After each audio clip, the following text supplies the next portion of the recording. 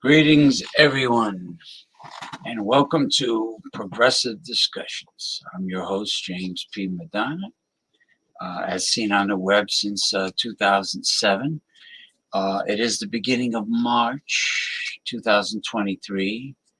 March goes in like a lion and comes out like a lamb. And it's going in like a lion. And then before you know it, it'll be spring. And then after March, it'll be April Fools. The April showers brings May flowers, brings Memorial Day weekend, and the rip-off highway robbery Jersey Shore will be officially open with the lifeguards and the 1001 rules. Excuse me. But I'm looking forward to St. Patrick's Day, which is in March. And I like St. Patrick's Day because I love corned beef brisket and cabbage. All of the all-you-can-eat corned beef and cabbage establishments, they stopped the all-you-can-eat. I guess they lost too much money with me. So what I do is I get the largest corned beef brisket I can find. I cook it at home, and I stuff my face for the one day, and then the following 2 days I have delicious corned beef sandwiches with the spicy brown mustard And just remember, folks, put the cabbage in last for like 5, 10 minutes maybe. Put it in at the end and cut it in quarters and big chunks, because if you put it in too early, it'll turn into mush. You'll have corned beef mush. Okay. Okay, Gunner. There he is. How you been? This this part of 2023. Yeah, of course it is. Well, they're hypocrites. I think I'm going to play a video tomorrow. I'm going live tomorrow. It's the debut of Red Pill Man Cave. It's going to be advice and tips for single men and married men. Alpha Male celebrated show honoring the alpha males that cannot be controlled. And I believe I have a video I'm going to play. I'm going to play it. You might like it. I start the show tomorrow at 3 p.m. Eastern Time. So it'll be Sunday, 3 p.m. Eastern Time. Red Pill Man Cave.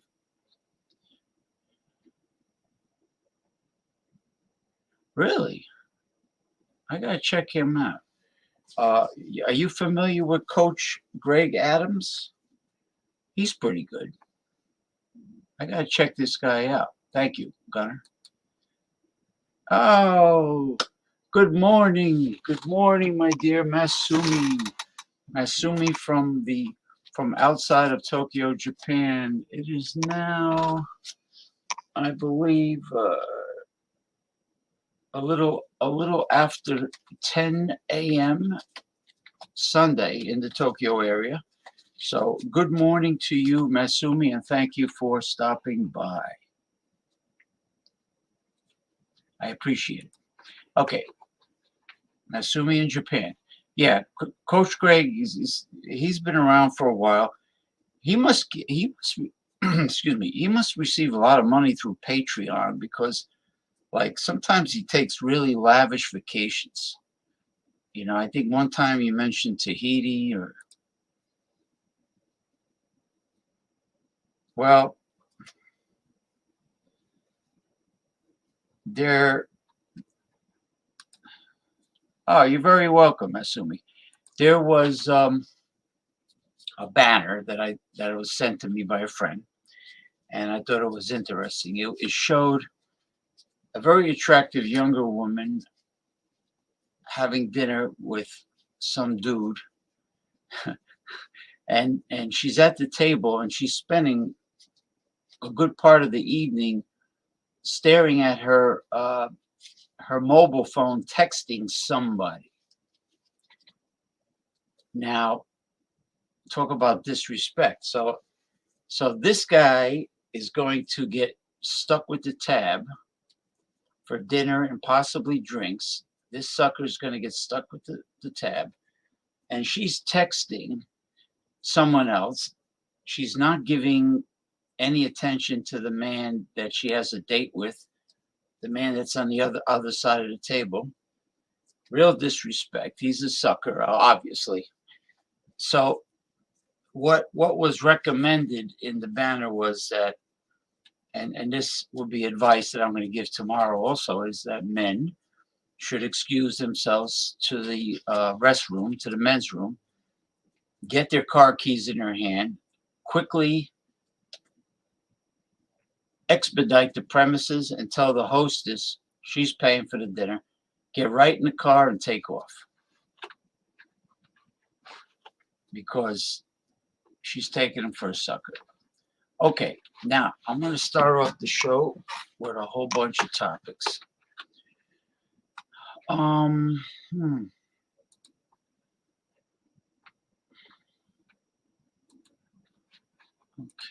just so we got it.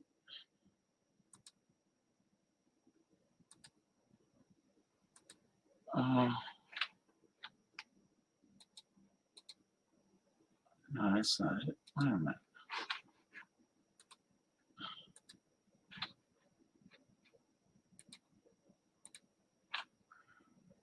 Here we go. Jesse, the ex-governor Ventura. Jesse the Body Ventura, the man that wore many hats. I'm here because I started this. Back when I was governor, I was the first person to bring forward that it was time to legalize cannabis, marijuana, and take our heads out of the sand and get into reality. I feel great that I am still alive to see that this bill could pass and become law. But I want to tell you two stories why I'm so passionate about cannabis and hemp, and I please want you to listen to them. First story is this. Cannabis saved my life. Let me sink that in. Not me personally, but the 38th First Lady of Minnesota. And if I get choked up a little, bear with me. It was about 10 years ago. First Lady Terry Ventura started suffering from late stage seizures, late in life seizures. She was seizing 2 to 3 times a week. And these were the type of seizures where you can't do anything but comfort the person, make sure they're breathing, make sure they're not swallowing their tongue. Our life was over. We went to the doctors. They put her on one seizure medicine. Didn't work, horrible side effects. A second seizure medicine didn't work, horrible side effects. A third seizure medicine didn't work, horrible side effects. A fourth seizure medicine did not work, horrible side effects. But guess what? Insurance would pay for them all. Happily, everything that didn't work. In desperation, we broke the law. We had heard about the success cannabis and marijuana was having with seizures. We drove to Colorado. I have friends there that I met in my home in Mexico. And I'll add, she had a seizure the night before we got to Colorado in the motel. Our friends went in, they had the ability, they bought the cannabis, 3 drops under the tongue, right? My wife took the first 3 drops under the tongue and has not had a seizure since. None. Now, what did it cost me? They had to send me illegally the marijuana from Colorado to Minnesota. I broke the law. But in this case, it was a choice. My wife or Minnesota law. The law is wrong because I'm putting my wife ahead of Minnesota law. And I'll admit that today. I did. We started receiving cannabis from our friends in Colorado, kept my wife seizure-free until medical was approved here. My wife then went down, was top on the list, got approved. She now gets it in pill form, but here's the problem. Because we're so restrictive, and that's what you're here to change today, hopefully, because it's so restrictive, it costs me $600 a month to keep my wife seizure-free. Healthcare won't pay for what works. They'll pay for all this crap that didn't work, all the drugs that didn't work, that didn't stop the seizures, but they will not pay for what works, and that is the cannabis. I almost left the state of Minnesota and moved to Colorado because of that. I don't want no other family to have to go through what my family went through. I don't want anyone to have to do that. Wow, that was some story. Thanks to Jesse Ventura. That was very touching personal story. And that's amazing. From the first dosage of cannabis oil, she has not had a seizure yet since. It's amazing. Oh, okay. Let's see. What should we look at?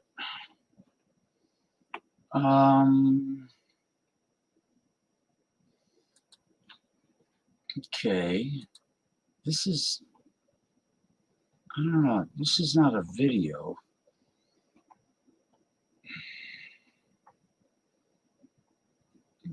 I'm waiting for it to come up.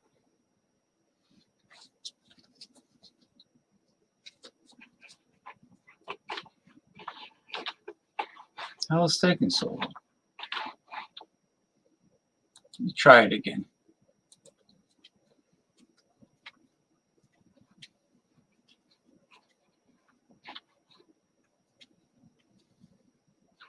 Oh, this is insane. All right, let me try this later. Go on to something else. Oh boy.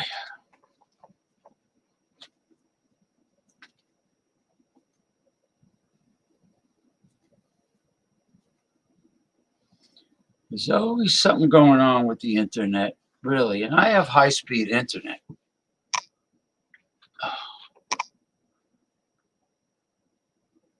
There seems to be a problem here.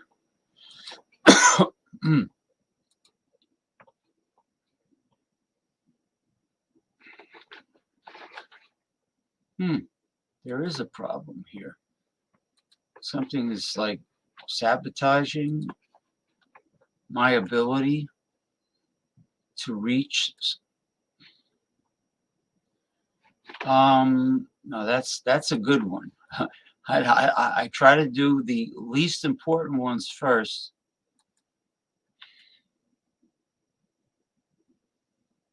Let's see what's going on. Now, this is weird. The articles are not coming up. Okay. Interesting. Interesting. All right, let me try.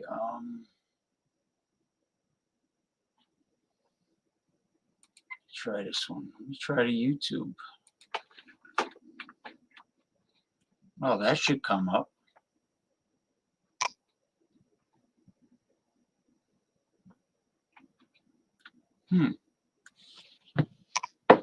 It's not coming up either.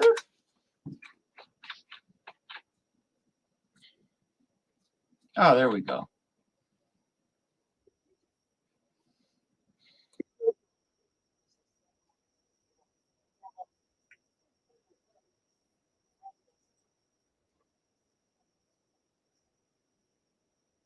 It's commercial.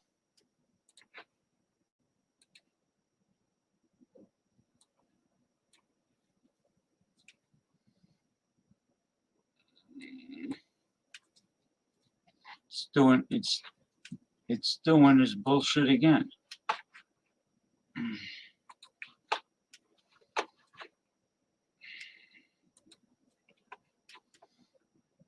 All right.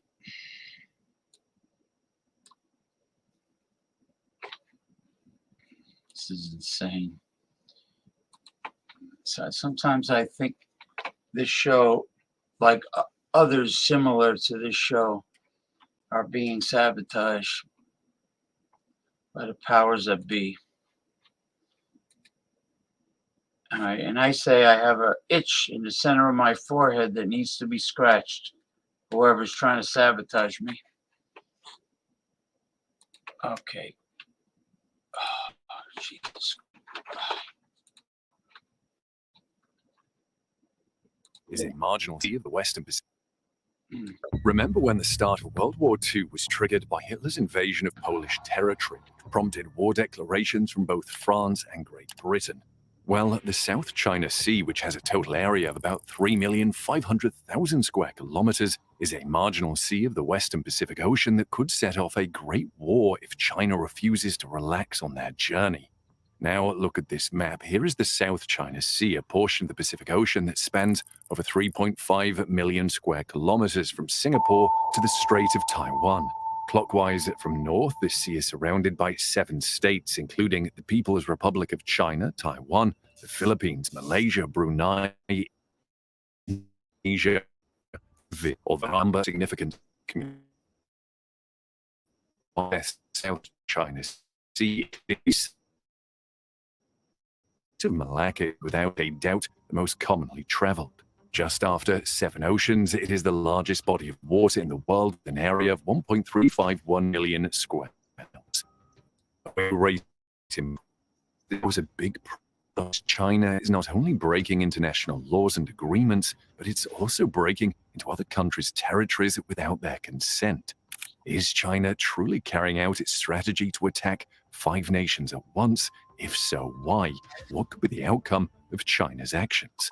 Well, the South China Sea issue has commanded a lot of media attention during the last decade, once underwater reefs have been changed into sandy islands with airfields, roads, buildings, and missile system bases as China constructs islands in the South China Sea. The South China Sea has become one of the most disputed waterways in the world in less than 2 years as a result of China's conversion of 7 reefs into 7 military sites. One of the reasons US Army analysts believe that the South China Sea islands have the greatest potential to trigger World War III is that the CCP is resistant to accepting and keeping away from the borders of other nations.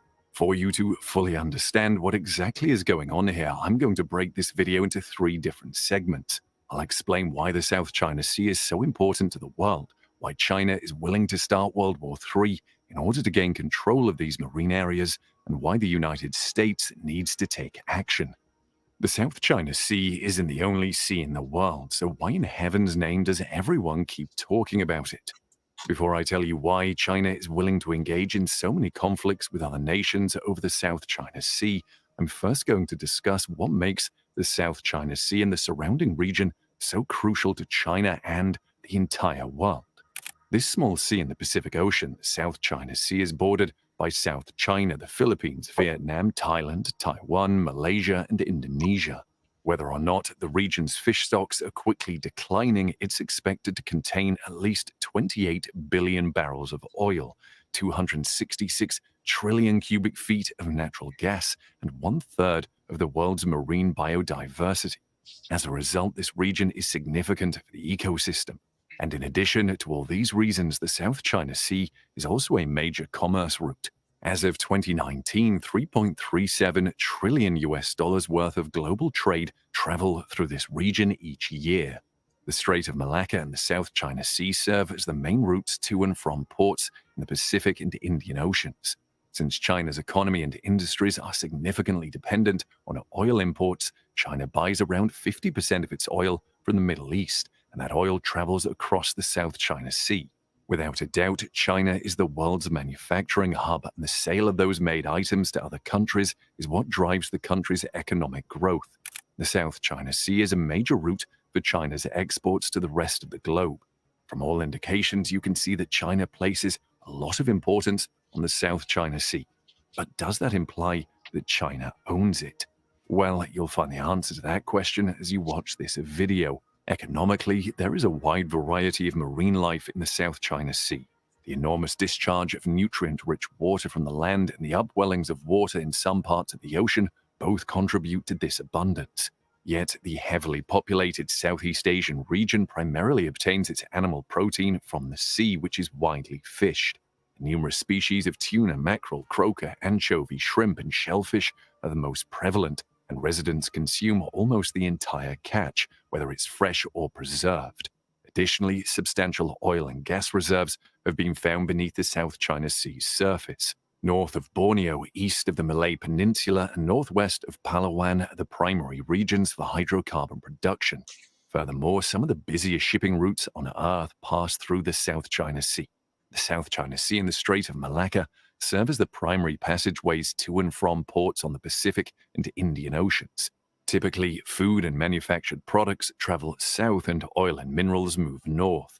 There are several poorly sounded regions in the middle South China Sea, and these locations are noted on nautical charts as dangerous ground. International territorial conflicts, particularly those involving the Spratly Islands, which are shared by Malaysia, Brunei, the Philippines, and Vietnam, and to some extent by China and Taiwan, have more recently led to their categorization of being dangerous because the islands are located in an oil-rich zone. But why is everyone faulting China? Well, as it is with a typical family setting, when there's a dispute over a piece of land or property, probably after the demise of the father, the parties involved, the children, would come into agreement and possibly enact laws that would prohibit an individual from going beyond. Melt this soft mineral in your mouth if you can taste metallic blood in your decaying teeth or have dragon's breath, toothaches, bleeding or receding gums, gingivitis, gum infections, or any type of periodontal issues, as this discovery could save your life.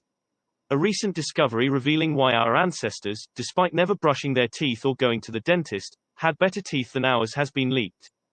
This discovery uncovered the real root cause of gum disease and tooth decay, and it has nothing to do with daily oral hygiene. So before you are forced to be on medication for life or spending outrageous amounts of money at the dentist, you've got to see this right now. A clinically proven, soft mineral that melts in your mouth will remineralize and feed your gums with oxygen to restore teeth and gums almost overnight, regardless of age or medical condition. It worked so well the dental industry has been in absolute shock. Beyond his boundaries or acting against their agreement. In the same way, China and some other countries went into agreement several years ago to allow for peaceful coexistence. According to the law of the sea that was signed in a UN convention in 1982, each country's sovereign territorial waters extend to a maximum of 12 nautical miles, which calculates to about 22 kilometers beyond its coast, while foreign vessels are granted the right of innocent passage through the zone beyond its territorial waters, and every coastal country may establish an exclusive economic zone, or EEZ, extending 200 nautical miles, which is about 370 kilometers from shore. Within the EEZ, the coastal state has the right to exploit and regulate fisheries, construct artificial islands and installations, and use the zone for other economic purposes. Since this law was made, every country recognizes the law, including China. This is actually how every country has claimed their part of the South China Sea, 200 nautical miles from their coast. However, it seems that China is no longer willing to obey this law. There are some overlaps in Vietnamese, Malaysian, Brunei, and Filipino claims, but no one is talking much about that because all of these countries are united together against China's claim. You see, when it comes to this part of the sea, China doesn't want to follow the law of the sea anymore, and in fact, China wants to follow the made-up 9-dash line to exert its claim.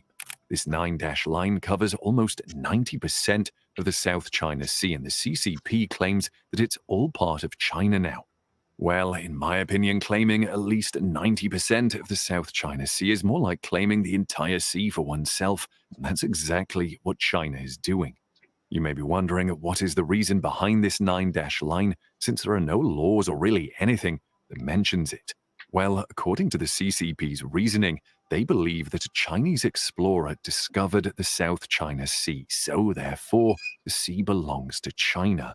This really is the reasoning the CCP has used to claim pretty much the whole South China Sea, and it has led to some very confrontational situations with other countries. Some parties involved in the dispute renamed the region with their jurisdiction in September 2012 in order to formally proclaim their claim. Similarly, in 2017, Indonesia renamed the northern regions of its exclusive national jurisdiction in the South China Sea as the North Natuna Sea, while the Filipino president signed an executive order requiring all government entities to refer to the areas of the South China Sea within the Philippines as West Philippine Sea. But while all of this was going on, the CCP began to construct its own military-grade islands in the South China Sea in an effort to assert its sovereignty. They had an airport, a few military troops, and a missile defense system in place. Because these islands were close to their boundary with the Philippines, China was sued by the Philippines in a UN court. Then, in 2016, The Hague ruled in favor of the Philippines, which claimed that China had in fact infringed on their territory. However, one could tell that this ruling didn't go down well with China, since the CCP chose to ignore it and has not put it into effect. Even worse, the CCP released a declaration that aircraft passing through it would require Chinese approval, designating the airspace above the disputed land as a defensive air identification zone. Although they assert that this move will only be used for defense, it has further soured relations between these two nations. Furthermore, something else raised tensions between the surrounding countries, and that is the Spratly Islands. The Spratly Islands are a group of islands located in the middle of the South China Sea that all the nations are vying to control. The fundamental justification for this is that by establishing a claim to the islands, you can expand your EEZ and take control of a larger portion of the South China Sea. The Spratly Islands were, however, declared to be a ROC in a 2016 ruling, meaning that they do not extend any country's exclusive economic zone. This actually killed some of the island's significance and reduced tensions between the nations seeking to control the islands. However, it does not mean that the conflict has subsided, because China has been using a tactic known as the cabbage strategy, or the salami slicing strategy, to cut off supplies to foreign islands. To do this, China would surround an island or territory under foreign rule with its ships and destroyers to prevent competitor countries from entering, and afterward attempt to ultimately claim the islands and its territories for itself. Now, it goes without saying that the United States has many allies in this battle, and if war were to break out, they are known to have the most powerful navy in the world. But the US Navy is not after waging war against other nations. One crucial role played by the US Navy is preserving maritime stability so that global trade can continue uninterrupted. The US Navy has boosted its presence in the South China Sea as a result of China's hostile behavior to maintain stability. Due to Beijing's claims in the South China Sea, particularly to two historical rights along the so-called Nine-Dash Line, the United States' long-standing commitment to freedom of the seas is imperiled. This dedication supports security and prosperity, ensures equitable access to resources, reduces naval tensions, and stabilizes global trade. Now let's take a look at the accusations against China.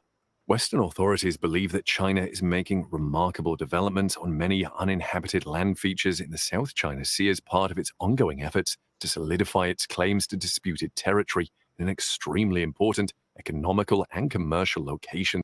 Would you believe that doing a simple 5-minute trick just once a day can raise your credit scores into the 700s and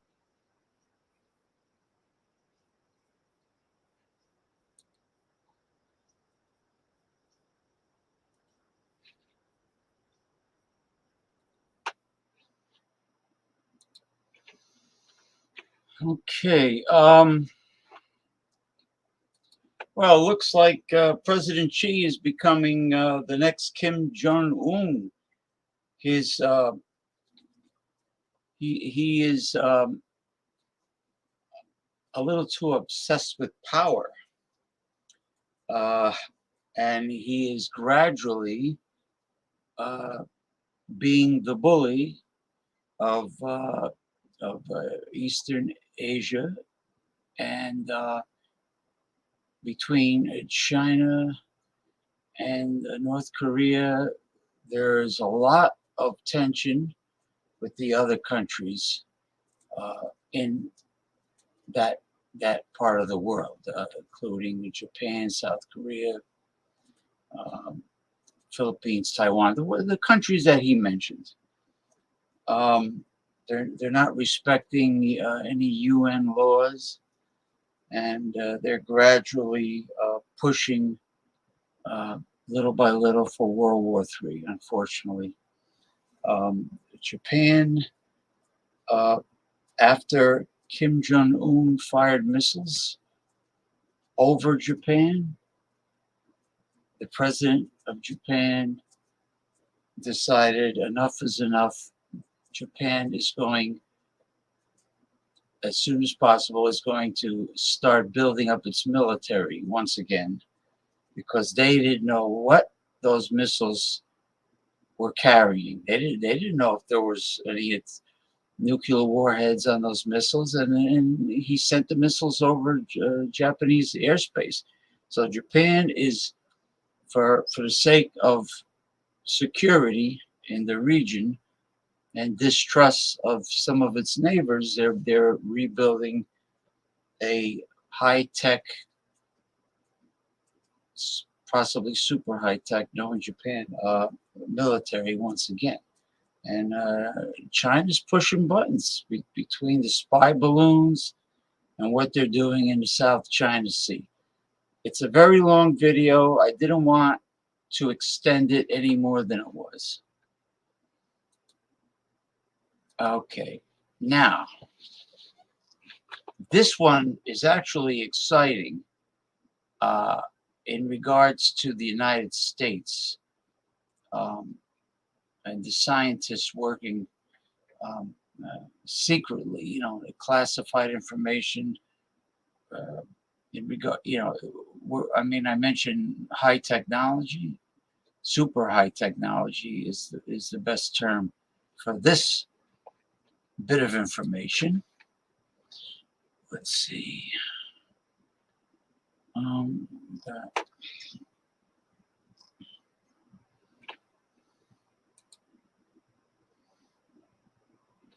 Let me see if this comes up. This is not the video I was mentioning, but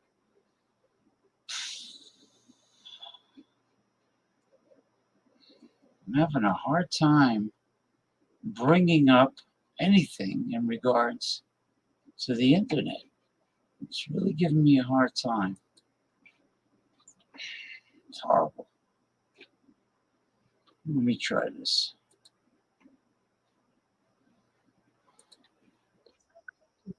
Okay, we'll do it this way. There's more than one way to crack a walnut.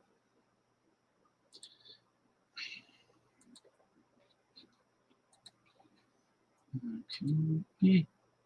Let's see if we got that there. It's really a pain in the ass dealing with this. It's been called Jaws on steroids, as literally hundreds of sharks surround a boat in a feeding frenzy. It's a shark feeding frenzy, perhaps unlike anything ever recorded. Hundreds of sharks just 15 miles off the coast of Louisiana. Mark Hardesty came upon the wild scene while fishing for yellowfin tuna on his boat. We realized it was Jaws 3, and these sharks were just in that frenzy. Look, the boat is surrounded.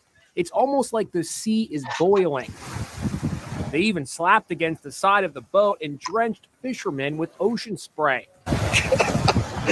Getting soaking wet. Hardesty says the sharks pursued his boat for 10 miles. He says the dramatic footage is the result of conservation efforts. The population has just absolutely exploded.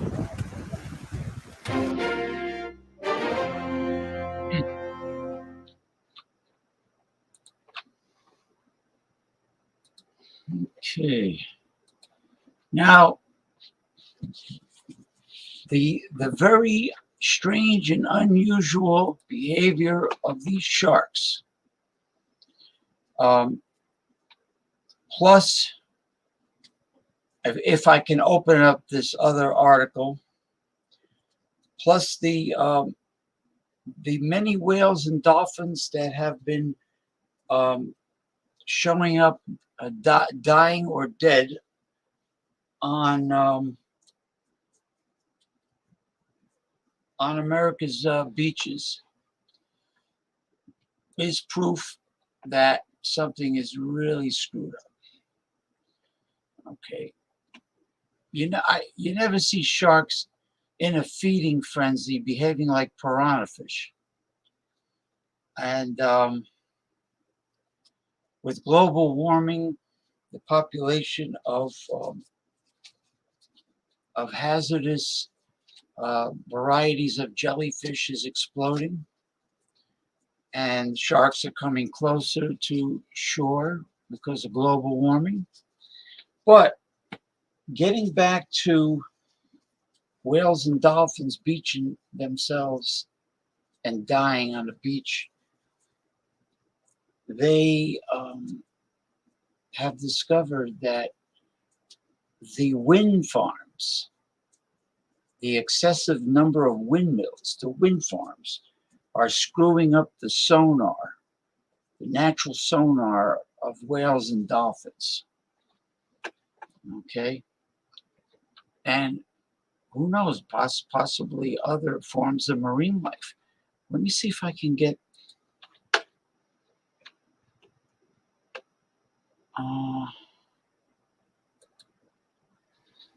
that's not it.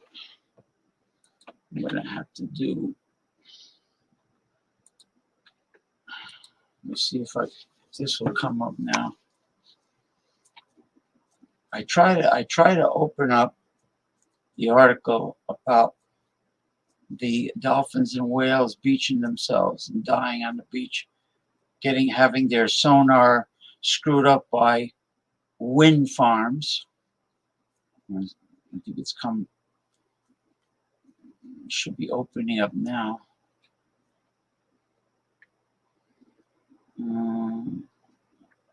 Well, oh, that's a shame. They're showing very sad photos. Let me see if there's a video.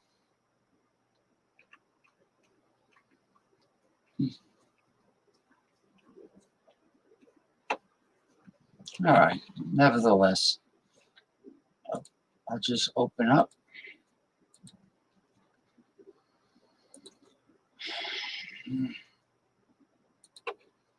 All right. Here we go.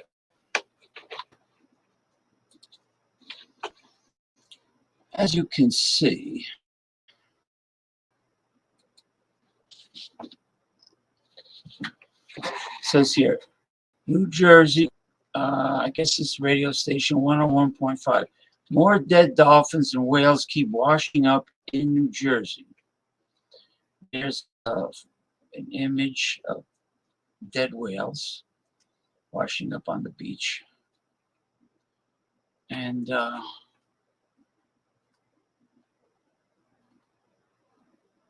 some photos. I don't see any videos. This is a sad photo of a dolphin.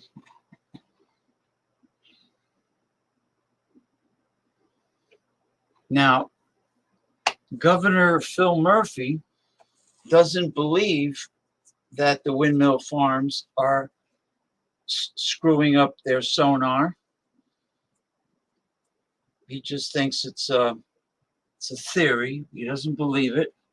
So he refuses to do anything about it.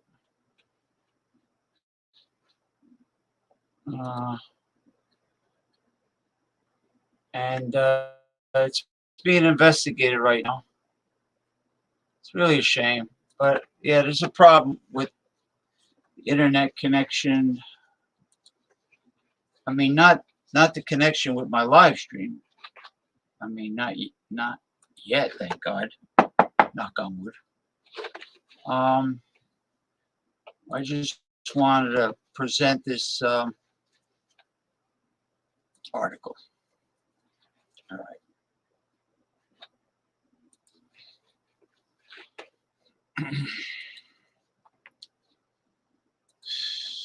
Let's see what we got here. Let me see if I can open up this page.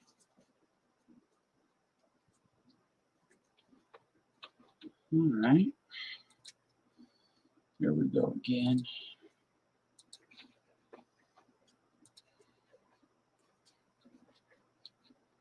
Got to be an easy way to do this. Oh, folks. There we go. New Jersey, same source. New Jersey 101.5 radio. New Jersey plans to make it tougher for restaurants to stay in business.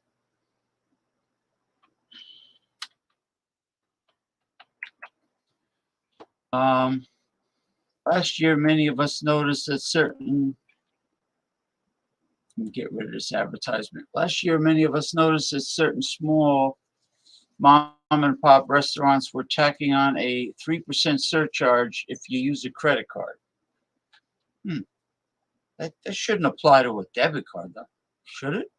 Most places did the right thing by law and posted the policy at the register, and some just verbally notified customers. Well, there should be a sign. Some people are still griping about it almost a year later. Well, they should be used to this knowledge by now. Some of us don't mind carrying cash to avoid a credit card surcharge, like at many gas stations. So when it comes up at a restaurant, we're ready.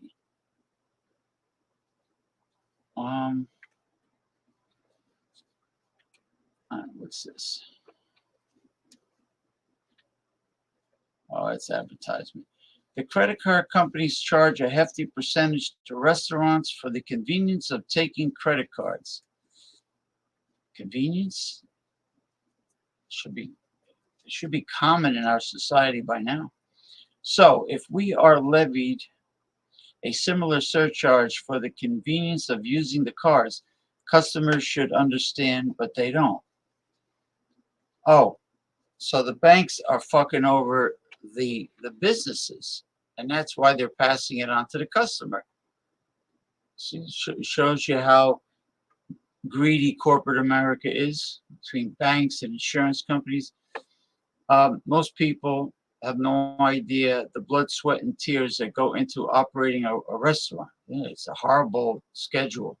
You're always working every day, 7 days a week, especially in New Jersey.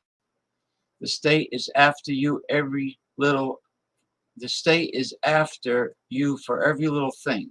It's almost like they're hunting you down. Violent parolees get treated better than small business people in this state.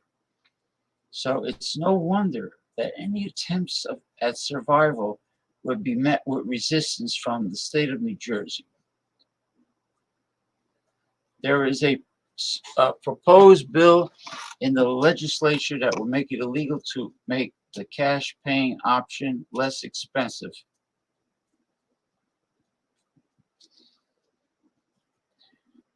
Would they go after credit card companies who take a big bite out of every tab? Of course not. Assemblyman Gary Shayer, a Democrat from Passaic, New Jersey, is sponsoring Bill A 1080 to make that choice. The restaurant offers you illegal. Cash is king no more. So what the king and his knights want to do. Do what the king and his knights want to do. Opinions expressed in the posts above are those of New Jersey 101.5 Talk Show host Dennis Malloy only. Blah, blah, blah, blah. They're trying to fuck the consumer over. It's really horrible. It's really horrible.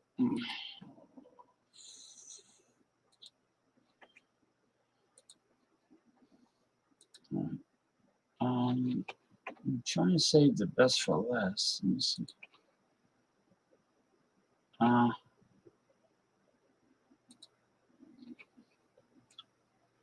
Okay. I'll play a little bit of this because just in case it's long. There you go. Yeah. I didn't turn the video on yet, joke assholes.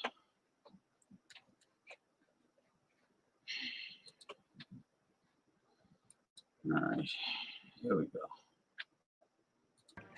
This is a Chinese surveillance balloon, or better put, a spy balloon.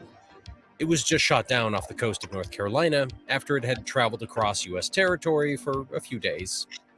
As you've probably heard from the news, there was speculation that this balloon was gathering sensitive data for the CCP while flying over important military sites where the U.S. nuclear arsenal is stored.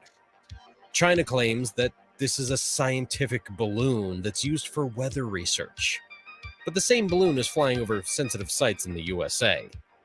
As if all that's not enough, a second Chinese spy balloon was spotted over Latin America. Makes you wonder, doesn't it? So, in this video, let's go over why the CCP is sending spy balloons to the USA, what kind of info they're collecting, and why there's chaos around just shooting it down. Pentagon are saying they are now tracking a suspected Chinese spy balloon hovering over Asheville and Charlotte, North Carolina in the last hour. China insists the balloon is a weather monitoring device, which is blown off course. They definitely knew that it was scooping up phone communications, eavesdropping, but they saw this as a surveillance balloon. Before we go on, please take a moment to like the video. News like this is something I believe everyone should be aware of, and it would go a long way in countering CCP bots and increase coverage if you give it a like. Thanks a lot. Okay, let's start from the beginning. Here's the full route of the balloon before it entered the US mainland. As you can see, it started in China. It flew across the Pacific and entered US airspace here in Alaska. And then it traveled through Canada and entered mainland USA here in Montana, where it traveled over multiple sensitive military sites. After the balloon was spotted in Montana, the news was picked up across the world, and the CCP responded by saying that this is not a military balloon. They were adamant in saying that it was just a scientific research balloon that got out of control and strayed away from China and into US airspace. As tempting as it is to believe this, I think there's a hole in this story. As I've been hearing this story unfold, my one question has been, if this is indeed just a weather balloon, once the balloon got out of control and started traveling over the Pacific Ocean, shouldn't someone from the Chinese scientific research team have alerted the US and Canada to let them know about a possible scientific balloon that's gone wild? They didn't do that. In fact, the CCP waited until the balloon was spotted by the public and became public news to announce that it was just a scientific balloon. Had it not become general news, would they have owned up to this rogue weather balloon? It's highly doubtful. In my mind, this just kind of leaves two possibilities. Either the CCP is very incompetent, which, or the CCP never wanted anyone to find out about the balloon because it's a spy balloon. The facts point towards the latter possibility. I mean, even the US Pentagon doesn't believe this CCP story. In a direct transcript from the US Department of Defense website, it says, the PRC, or People's Republic of China, has claimed publicly that the high-altitude balloon operating above the United States is a weather balloon that was blown off course. This is false. This was a PRC surveillance balloon. This surveillance balloon purposely traversed the United States and Canada, and we are confident it was seeking to monitor sensitive military sites. When you see the trajectory of this balloon, you can understand why they would think so. You see, the balloon first entered the US mainland in Montana. Now, this entry point is extremely important, especially if this is a spy balloon. Why? Well, despite Montana being very sparsely populated, it is home to many important US military sites.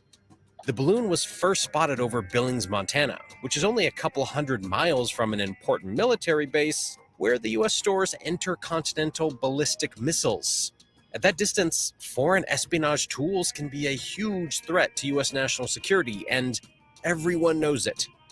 That's why when the balloon was discovered at that range in Montana, the possibility of shooting down the balloon was seriously considered. Officials held an emergency meeting and discussed all the possible ways to stop the balloon from gathering sensitive info. President Biden is said to have wanted to shoot it down immediately, but it was decided that it was too risky for the population on the ground. This was because the balloon was estimated to be the size of 3 buses, and shooting it down over a populated area could cause unnecessary injuries and/or, deaths. In a bid to avoid shooting ourselves in the foot, patience was advised. President Biden, under the advice of the Pentagon chiefs, decided to wait until the balloon was hovering over U.S. territorial waters in order to safeguard the population. Don't think this waiting was just silent either. Oh, no.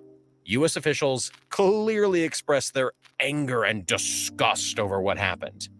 Senate Republican leader Mitch McConnell said in a statement about the incident, "We should not have let the People's Republic of China make a mockery of our airspace."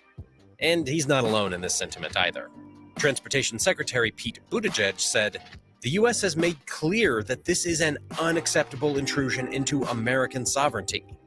At this point, the path of the balloon had become such a headache for the government that officials decided to move equipment around on the ground to stop the balloon from gathering any critical info. So, if this were a game of modern warfare, the U.S. did not want to give the enemy any more information. The big question is, did all that work? Was information protected? A senior defense official said in a statement, "I would also note that while we took all necessary steps to protect against the PRC surveillance balloon's collection of sensitive information, the surveillance balloon's overflight of U.S. territory was of intelligence value to us." Just to be direct about this whole situation, it's not one to be taken lightly. No doubt this whole game of chess has set the ground for a very interesting premise in this new version of the Cold War. China has breached the security of the U.S., and it's not surprising that this is not being taken lying down. For the most part, the United States is seen as having the strongest and most capable military. In fact, the US military spending budget is over $800 billion a year. And this far outweighs the combined effort of several nations like Russia, China, and the like. China's budget, though respectable, is just about a quarter of the United States. It stands to reason that if China feels that it cannot match up to their spending, what they can do is try to find out what exactly the United States military has in its arsenal and then defend against that. They seem to have opted for quality over quantity. But unfortunately, even in that regard, the US was ahead of them, and hence, the espionage failed. So, back to the events.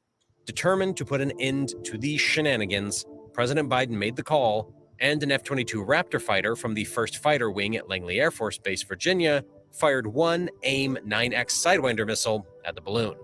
The spy balloon fell approximately 6 miles off the coast in about 47 feet of water. True to the mission's primary objective, no civilians were hurt in the process. As of the present moment, the big question is, what was China after? And what did they get? Not surprisingly, the US Coast Guard and the US Navy have set parameters in the shallow waters off the coast of South Carolina in a bid to recover what they can from the Chinese balloon. No doubt, the hope is that they can reverse engineer whatever remains they obtain and be able to use that information to get a clearer picture of what is a messy situation. So, where are we now? Well, the spy balloon is down, and the world is holding its breath. The interesting part is what happens in the aftermath. While yes, this Chinese balloon was shot down, no one really knows what intelligence China may have gotten back and what they can do with the information they've obtained. More than that, the US never takes any military compromises kindly, so diplomatic relations are about to go down the toilet. We've entered a time where no one knows what's next, and both governments are on high alert. China attempted to play a game, and the US deployed missiles. Who knows what the next military move holds, and what the two strongest global superpowers have in store for each other. What is clear is that both sides are unhappy. On one hand, the CCP is up in arms. China's Vice Foreign Minister, Xie Feng, lodged a formal complaint with the US Embassy, accusing Washington of overreacting to an accident caused by force majeure. In a statement, he said, "The facts are clear, but the United States turned a deaf ear and insisted on indiscriminate use of force against the civilian airship that was about to leave the United States airspace. It obviously overreacted and seriously violated the spirit of international law and international practice." All this comes at a time when the Biden administration has been working to stabilize China-US relations since Joe Biden's summit with Xi Jinping in November. These efforts have already been tense due to US-China relations over issues including Taiwan, trade, and human rights. This incident only adds to the fire. But like I said, both sides are upset. What most Americans might not be happy with is that, well, this is actually not the first time the CCP has attempted similar tactics in the pursuit of stealing information and secrets. About 15 years ago, the design of the F-35 fighter jets were stolen, and that information ended up in Chinese hands. This very important information helped the Chinese Air Force develop its own look-alike stealth fighter, with Chinese characteristics, of course. Basically, they used US intel to advance their military tech. Then there was another case where China's premier hacking team lifted the security clearance files for 22 million Americans from the barely secured computers of the Office of Personnel Management in 2015. That information, along with various stolen medical files from Anthem and travel records from Marriott hotels, has presumably helped the Chinese create a detailed blueprint of America's national security infrastructure. This balloon incident is just another in a set of provocations that cannot be allowed to stand for much longer. The question is, what is the US's breaking point? And what will happen when the Pentagon's patience wears out? The CCP will no doubt be undeterred in their covert missions, and only time will reveal what will become of the second balloon found in South American skies, and what the US will recover in the debris of the first. Until all of this is clear, what is apparent is this: another Jenga block has been removed from this Cold War tower. Is it just a matter of time until the whole structure crumbles? As you guys can tell, this video is a bit delayed compared to the news. This is because researching, writing the script, and then editing usually takes me 3 to 7 days. Also, having the flu didn't help. That's why I recently launched a global events newsletter called Global Recaps. Okay.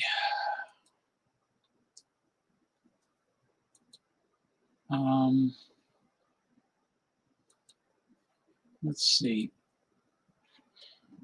Well, I'm going to have to save this one for another time. Oh, yeah. Let me see. No, that's not it. Let me try to. Let me see if this comes up. I'll just go over it really quickly. I know I'm coming to the end of this week's Progressive Discussions articles and videos, known as topics. Okay, the page finally kept up, so whatever problem I was having with the internet. Hold on. Trumpy Bear, yeah, Trumpy Bear. You've seen that ridiculous commercial? It's stupid. Just like Mike Lindell's My Pillow, $100 for his pillow, and meanwhile I make my own. I get a memory foam from Amazon, and I just stuff a pillowcase, and there's James's pillow with memory foam. Good evening to you, Mr. Bart Robinson, Southwestern New Jersey. How are you this weekend? All right. I'm going to knock off this last one. The fuck?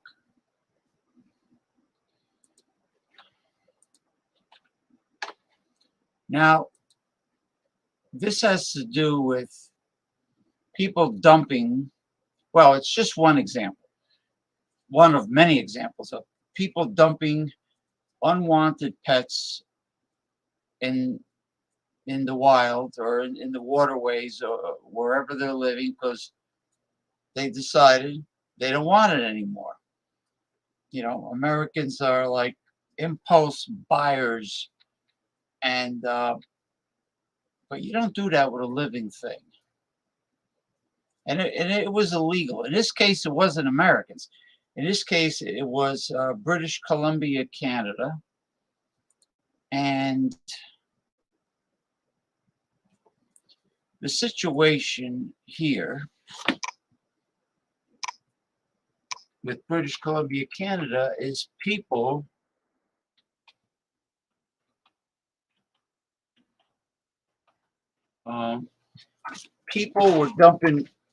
have been dumping unwanted pet goldfish into lakes and waterways in British Columbia. And as a result, the female version of these goldfish were loaded with eggs, and the population has exploded. And there is a very serious invasive goldfish problem situation, which is in British Columbia, freshwater lakes, which is threatening natural native fish creatures. Now, the cute little goldfish that people dump, these fish, according to the wildlife rangers, whatever, in British Columbia, they get to be the size of footballs and beyond. And they're contributing to, they're competing for food with the native aquatic life. And they're also contributing a great deal to the pollution because, goldfish are dirty fish. For those of you that know this, if you have goldfish, even if you have a good filtration system, you have to do many water changes. They're dirty fish. So what they've done, they tried electroshocking the water. Okay, electroshocking the water is expensive. It's like costs $10,000 a year to do it. When you stun the fish in the lakes and the fish float to the surface and then you scoop them up. It's too expensive. So what they've done is they've introduced a species of rainbow trout that preys on the goldfish. And that's the only affordable way they can control this problem of invasive goldfish. And there's a name for this. Kamloops of the town, or a particular town where the lakes are, Kamloops, British Columbia. Let me see. They mentioned, one goldfish can release 50,000 eggs at a time. One female goldfish, 50,000 eggs 3 times during the summer. So that's 150,000 eggs. Okay. And the females can do this without mating with a male goldfish. They can do it by having wild minnows, which are, I guess, in the goldfish, in the carp family. They're related. And a male minnow can fertilize the eggs. Or the female just clones herself. Talk about rapid reproduction. They can clone themselves. I'm trying to get the name of this. Oh, they're blocking the entire story. Let me see. Oh, here we go. I just want to get the name of this.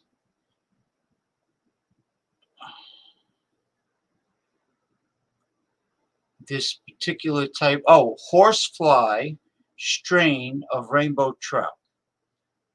They're stocking it with with 6,000 yearling, I guess, per year. Horsefly strain rainbow trout, which are large enough to prey on the goldfish. Because the goldfish are also threatening the Pacific Northwest, particularly in British Columbia, threatening the salmon industry. Okay, which is very serious in their competition for food. So that's it. I just wanted to knock off this last article, and I have one for tomorrow's show for the blue pill. I'm sorry, tomorrow's show for the red pill man cave. Let me get that straight. The red pill man cave. I have one article. I think it's a video, and then one article for. I'll have to save it for next week. But it has to do with super high technology on the side of the United States. God bless the scientists that work for the United States government. Okay. Now, I just want everyone to bear with me. Hold on. Let me get this straight again. All right. Now it is time to try to get a panel.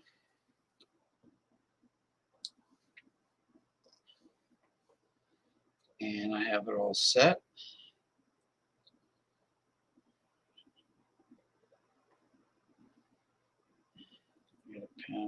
Here we go. Oh. Bear with me. I know I say that every week. Bear with me. Um,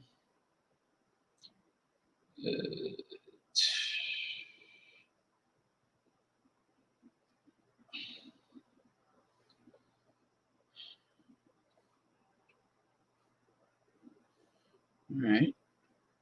I should do. This should.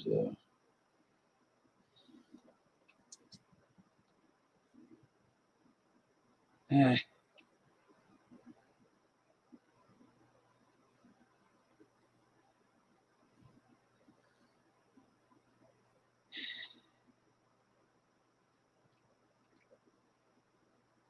Hmm.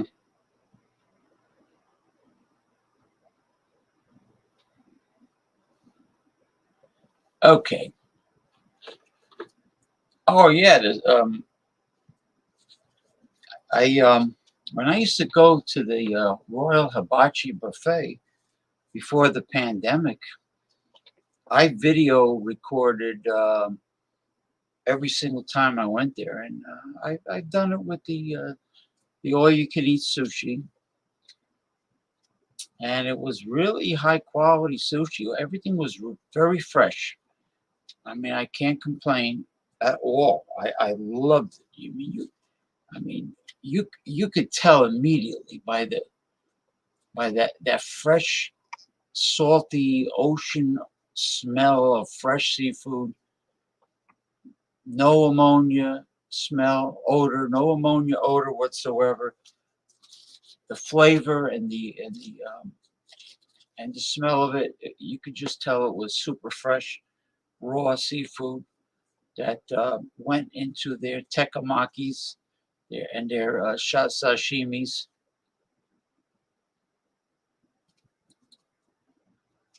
Okay. You are Gunner, you are too alpha for your shirt. Remember that old song? I'm too sexy on my shirt. Too sexy for my shirt. Too sexy it hurts.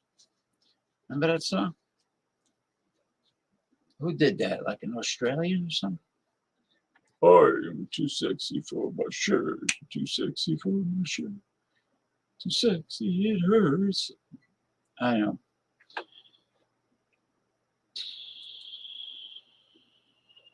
Good protein. Very, very high nutritional value. I'm trying to think of, I know when the weather gets warmer, maybe that's it. When the weather gets milder and warmer, it puts me in a mood for all-you-can-eat sushi. Don't get me wrong. I like to eat good food in the winter too. I'll even eat good ice cream in the winter. And here he is, the one and only Mick Von Raven from Chicago, my right-hand man. How you doing, Mick Von Raven? I'm good, buddy. I wasn't sure what show, when, where, and how. Well, I had a little problem getting certain web pages to open up, so I had to go to the YouTube videos and then come back. Okay. And because a few of them were articles. Gotcha.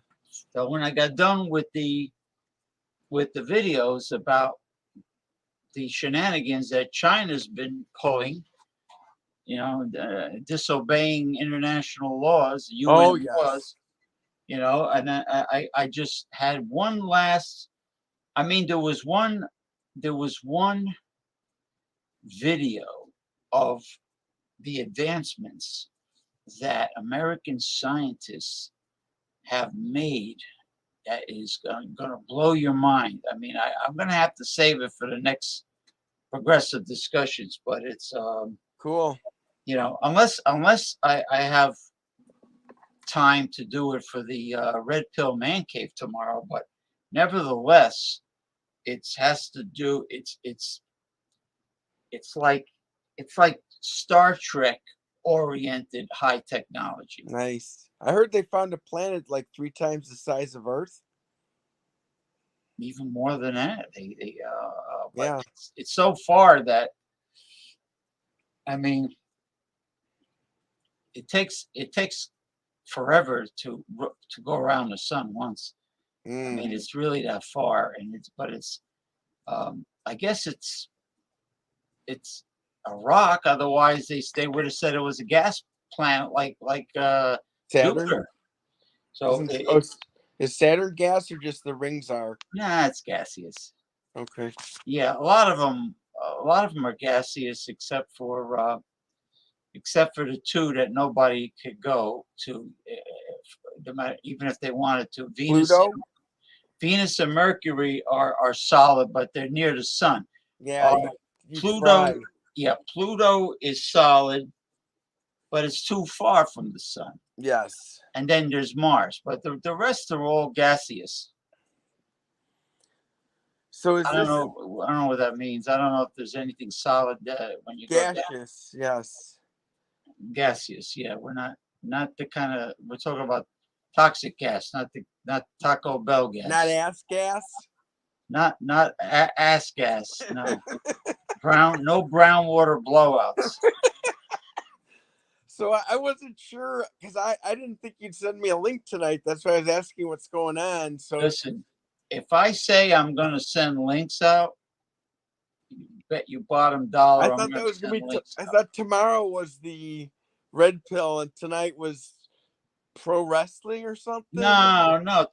Tomorrow. Well, the pro wrestling and the fitness and the dating and relationship.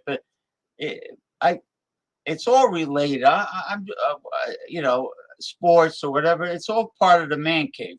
Gotcha. So that'll be tomorrow.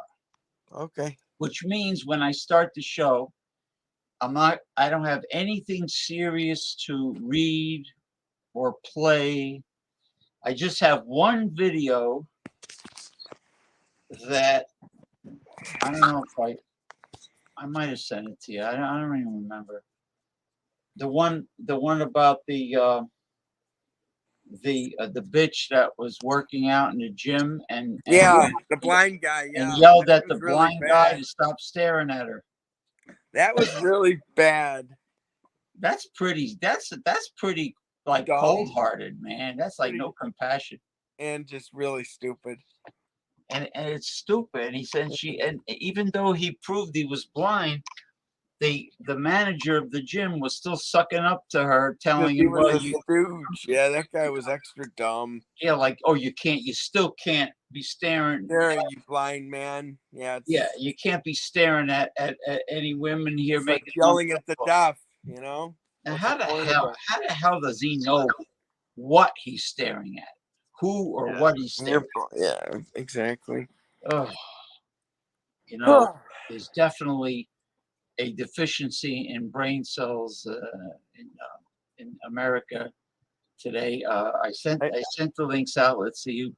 I noticed your military cut. So is it getting warmer where you're at? No. Okay. Oh. Yes and no. I mean, it's a buzz cut. It looks good. Just saying, it's a buzz. Well, cut. I don't have to comb it when I wake up. Nice.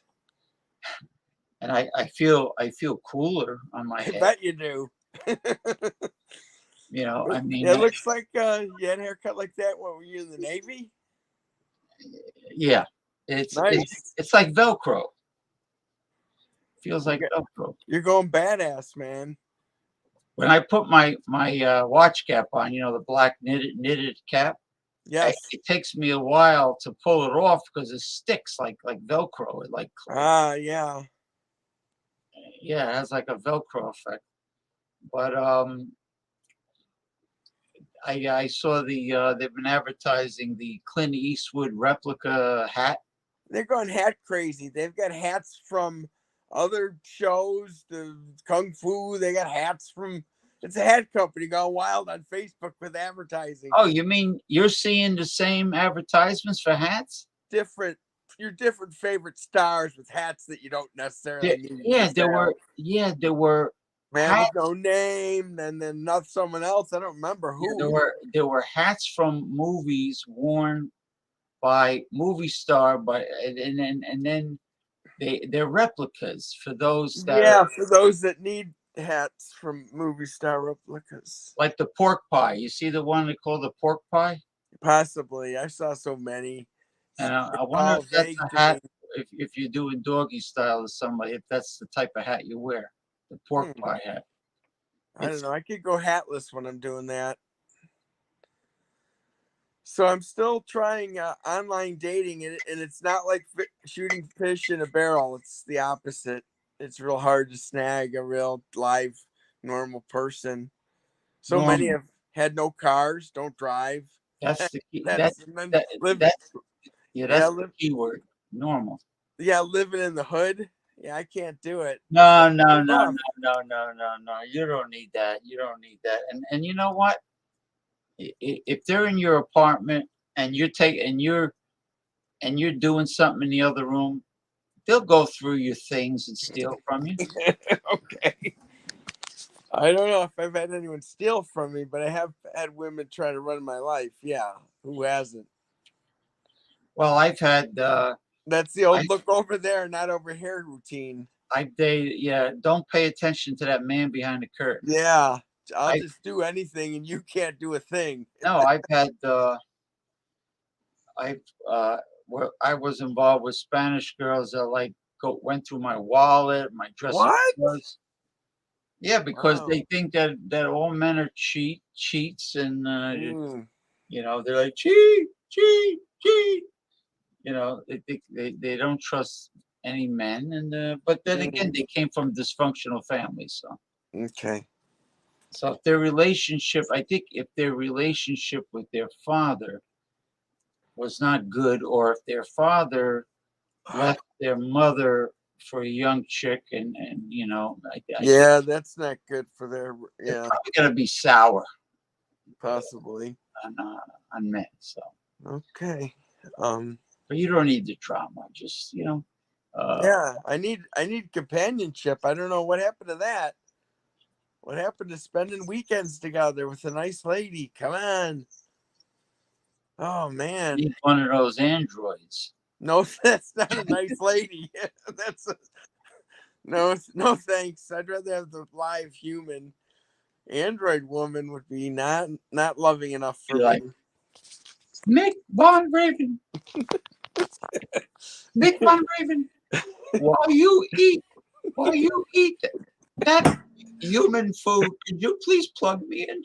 Yes. I'm gonna. Yeah, sorry, no cyber sex. I need the real thing. I need a real live wet vagina, not a robot. Anyhow, the jabroni. Let's see. I'm just checking. So you sent some other links out, and no one's bellied up to the whale. Not yet. They're out. Out and about. Oh yeah, they're definitely out. Worst case scenario, I'll send a link to Paul Anthony Mantia, and he can show his tie-dye creation and play some electric guitar or some keyboard, something like that. Okay. Let me see. Let me send it to him. He usually has to go. He's usually involved in some high stakes drama. Yeah, he's very. Yeah, that's That's the only thing with him is, he goes on a tangent once he goes on a rant about whatever drama he's involved in. The popo. Yeah, so that's why I brought my bell. Yeah, what's that for? This is my shut the fuck up bell. Okie dokie. If I hear you grabbing for it, I better run. No, you're fine. Okay. I mean, like Paul will literally try. I know. Take over a conversation. Yeah, I'm fully aware. He'll dominate the whole. He'll hijack a convo. It's like not the world according to Paul, the universe according. Oh, and his legal team. You know what I used to do back in the day with the dating app. I would secretly try. Well, a lot of them got slick; they got wise to it. But I would secretly try to put my email address in code. Yeah, a lot of people they are try to put their phone number on their picture. No, I don't want the world to have my I'm phone. just saying those ones I've seen, and those are usually the scammers.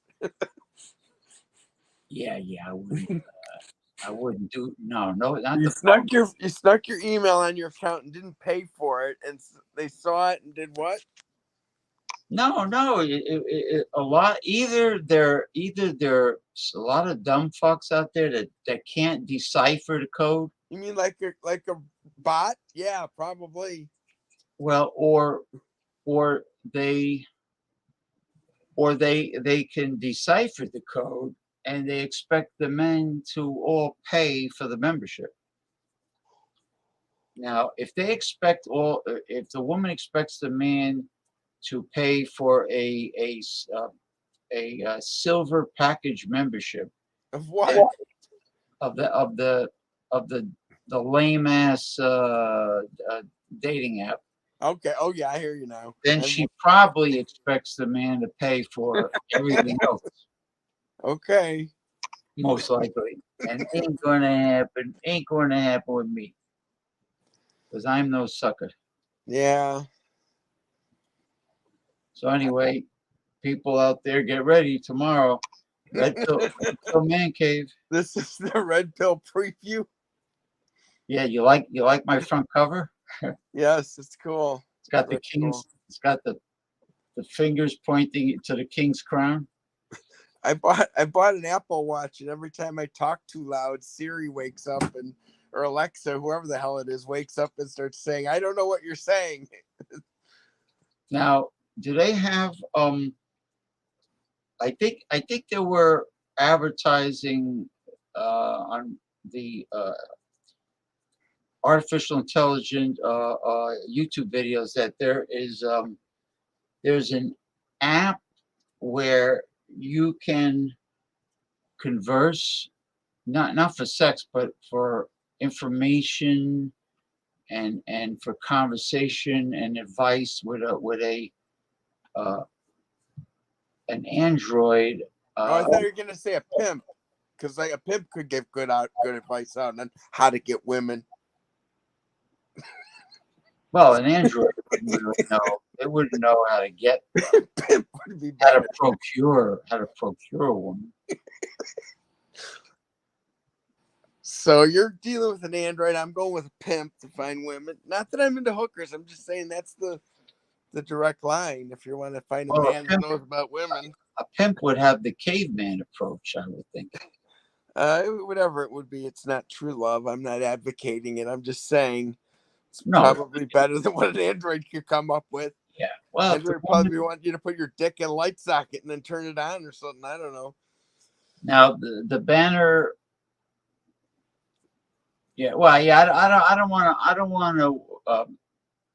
to give away too many red pill goodies now. Okay. Because I won't have much to say tomorrow unless I repeat myself. But all right, we could cut this short. I'm fine with that. I didn't even expect to be speaking with you. I thought it was tomorrow strictly. So no, I'm not saying I'm going to like stare into space and say nothing. No, I meant that you wanted to cut the show short because it's already an hour and a half soon. I get it. I'm saying, but you haven't been with me long. I mean that was me going through material. I'm not exhausted or anything. I mean, what drugs are you on, Mick? Oh, an edible. Thanks. Thanks for noticing, callers. Now the Jesse Ventura video was interesting. It was a touching personal story where. How long did he serve as governor? 1, 2 terms? 3? No, 1 term. He was forced out. He as soon as he entered his the governor's office of Minnesota, he said there were Secret Service people that just mysteriously showed up. Oh God, because that's funny. Yeah. Well, you know what happened? The story he told in the video, the personal story, was the fact that his wife was having all of a sudden was having very serious seizures. That's horrible. Probably from stress. And and they would come out of nowhere, Yeah, and that's and not she good for her. and the doctors put her on one seizure medication after another, and none of them worked. Did she die? No. So, Oh. so friends of his that lived in Colorado mentioned that cannabis is very good for treating seizures, Oh, that's good. among other things. So what happened was, even medicinal cannabis is illegal in Minnesota. Wow. Okay, so he went to Colorado, and when they were in a hotel, before he met up with his friends, his wife had a seizure in a hotel. Shit. And then his friends put 3 drops of this THC. cannabis, Yeah, THC. under her tongue. Yeah. Which is sublingual, goes right in your bloodstream. And she had, after that, Jesse said she had no more seizures. Wow, that's awesome. And she continued to use the cannabis drops under the tongue, and they had to sneak it. He was going to move out of Minnesota. Wow. He illegally acquired it, and they snuck it into Minnesota. Wow. And he says, my wife comes first before Minnesota law. Yeah, I think she does. And he was going to move to Colorado, but he says that's it. After those 3 drops, no more seizures. So, that's only one. Thank God for that. That's great. Cannabis is, a good alternative to opioids. Well, I've heard of people using cannabis instead of psychiatric medication, cannabis for anxiety, cannabis for the seizures, cannabis for cancer patients. Yeah, cannabis is, God created quite a miracle. You could actually get hemp and make clothing out of it. I hear Betsy Ross's first flag was made of hemp. So hemp, and that's pretty amazing. Yeah, they used to grow hemp for material. Hemp, and then you also can the founding take care fathers. Get the ones with the THC buds, and that's the good stuff. Do they make caps? Do they make edible caps? I think so. No, not edible caps. Like in other words, it would be cool if they were selling pro cannabis caps, and the cap was made out of hemp instead of a cotton. Oh, you mean a hat cap? I thought you meant No, CAP, things material like. Gotcha. Yeah. Well, so back to your concerns. You don't want to overtalk. We didn't finish that caveat. Oh, about the cat. You want to talk about beluga caviar or no caveat, not caviar. No thanks, belugi.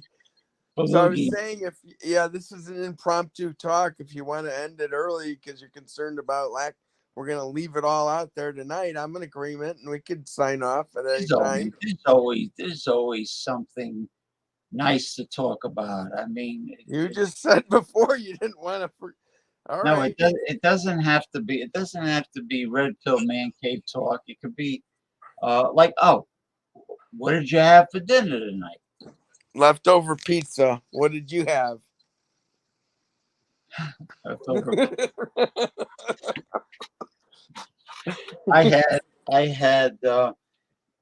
ordered a fried half a chicken and hot and spicy shrimp fried rice from the Chinese takeout, and they deliver. Serving only the finest cat and dog, not before it's time. Oh, you mean you're talking about chicken chow meow and chow bow wow? Oh, My grandfather used to say, chow bow wow and chicken chow meow. that's funny. No, it was real chicken because there were bones in it. I mean, there were recognizable bones. You know, cats don't have wings.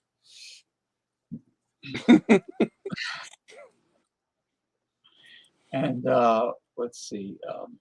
In the Swiss Alps, they eat cats as a delicacy. Like they say, it's like Hassenpfeffer, similar to it. Swiss people eat cat? Yeah, in the Alps, up in the hills, the cat would be a delicacy to eat it. That's odd. I wouldn't think of Europeans lowering themselves to Eating cats. Apparently, in the hills, that's what they do. Catch a cat, eat it. Delicious. Does it help with their yodeling? I know they do a lot of yodeling up in the Swiss Alps. Is it also that horrible festival? Is it in China? That DOG festival I shouldn't even bring up? Oh, yeah, God. That disgrace of humanity. Oh. Disgusting. Yeah, there's this one town. Sorry to bring it up. I shouldn't approach the subject. The dogs, yeah. It's tragic. It's disgusting. Any human being that wants to do that should be fuck off. Well, what's even worse, any human being that wants to like skin a dog alive. That's the evilest. That's really they don't do that to cattle. They don't skin them alive. Yeah, they're dispatched in a humane fashion. Yes, they are. Now, one of the articles I read is interesting because on New Jersey beaches, all of a sudden, many whales and dolphins are beaching themselves, either dead or dying on the beach from pollution. That's what I thought, but the scientists have been investigating why so many are doing this. They found like 10 sharks recently somewhere. Well, sharks have been going into a feeding frenzy like piranhas. I also played that video. They eat people very easily. Yeah. What I mean, they were like following the fishing boat. Yeah. They were going into a frenzy where the water was all like bubbly. Because that shark is a predator. It's got to kill. It's got to eat. Now, getting back to the whales and dolphins, the scientists have determined that the wind farms were screwing up their sonar. Oh, those were bred animals, not naturally bred, or? No, we're talking about wild whales and dolphins that. Oh, some signal that's been put out screwed them up. Yeah, like in other words, they have a natural sonar. Yes. You know, like bats are very nearsighted or almost blind, but they have a sonar. Mm-hmm. Okay. Now, who's to say that other marine life doesn't rely on sonar also? And I'm sure some do. Yeah. So there's something about the excessive wind farms, all those offshore. So they want energy and the cost of nature. They'll sacrifice nature to create energy. They need to stop. They cut that in half, I think.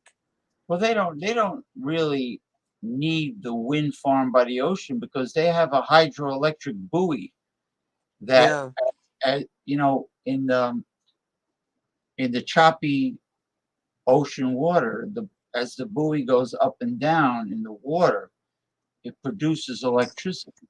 Wow. That shouldn't screw up their sonar. I mean, I don't know. Maybe the electrical fields that they I didn't say rape or pillage. Sonar's got to come back. I don't want all these animals to die. It's really sad. It's tragic. Now the other videos the United States Defense Department, Pentagon, whatever, they all proved that the Chinese were lying about their balloons. They're not weather balloons. They're Yeah, I spy. know. And also now they're coming up with that the COVID virus was made in a lab, and not people are saying it, but we're not 100% sure though. Well, then why are you saying it? Well, it must be lab created because COVID-19 or SARS-2 has a tendency to screw with your natural immune system. Now what Wow. what virus has that kind of ability to, like, Not it's almost many. like That's a super virus that they created, I bet. it's like it's thinking on its own, you know? Yeah, it's mutated too. Yeah, well, all viruses mutate, but not like this one. Not like this one. Yeah, it's a super sucker. Now, oh yeah. So anyway, what happened was the biggest red flag is when the Chinese spy balloon was going over the state of Montana, and it was approaching these very important military bases in Billings, Montana, where they have the intercontinental ballistic missiles. Wow, the Chinese want to see what we're packing, eh? So They're thinking in case they have to attack us. So the balloon was going over very important land in Montana. Oh yeah, I knew it was a spy balloon. Yeah, isn't it something that it went over Montana, especially Billings? Yeah. How many did we shoot down? Like 4, 5, 6? Well, the one that went over Montana was shot down over the ocean, but a lot of people in Washington, senators, congresspeople, they were pissed that that Joe Biden was told to wait and be patient and wait until the balloon is over. Well, you know what? You want to wait to see what they're doing, so that he should have waited. Yeah, he did. No, he did wait, but Yeah. they didn't want a balloon that's the size of 3 school buses to come falling down on a residential area. They wanted to wait until, if they do shoot it down, that It's over the ocean. Yeah. no, there's not going to be any victims getting hit, and that's what they did. That's what they And they did. were able to recover it too. Well, it fell in 45 feet of water. They should have been able to recover it. Good. You know, and of course, South China Sea. You know, China's not obeying international laws. I had a question for you. If I share a TikTok video someone emailed to me on Facebook, does TikTok know I've shared it? Well, I've seen shared TikTok videos. I've gotten TikTok video from you once in a while, and I've posted it on Facebook. Yeah. No, I've seen TikTok on other social media websites. I mean, I just wonder if that means the old Tick and Talk knows about me sharing it. If they're able to trace me through that share. Hopefully not.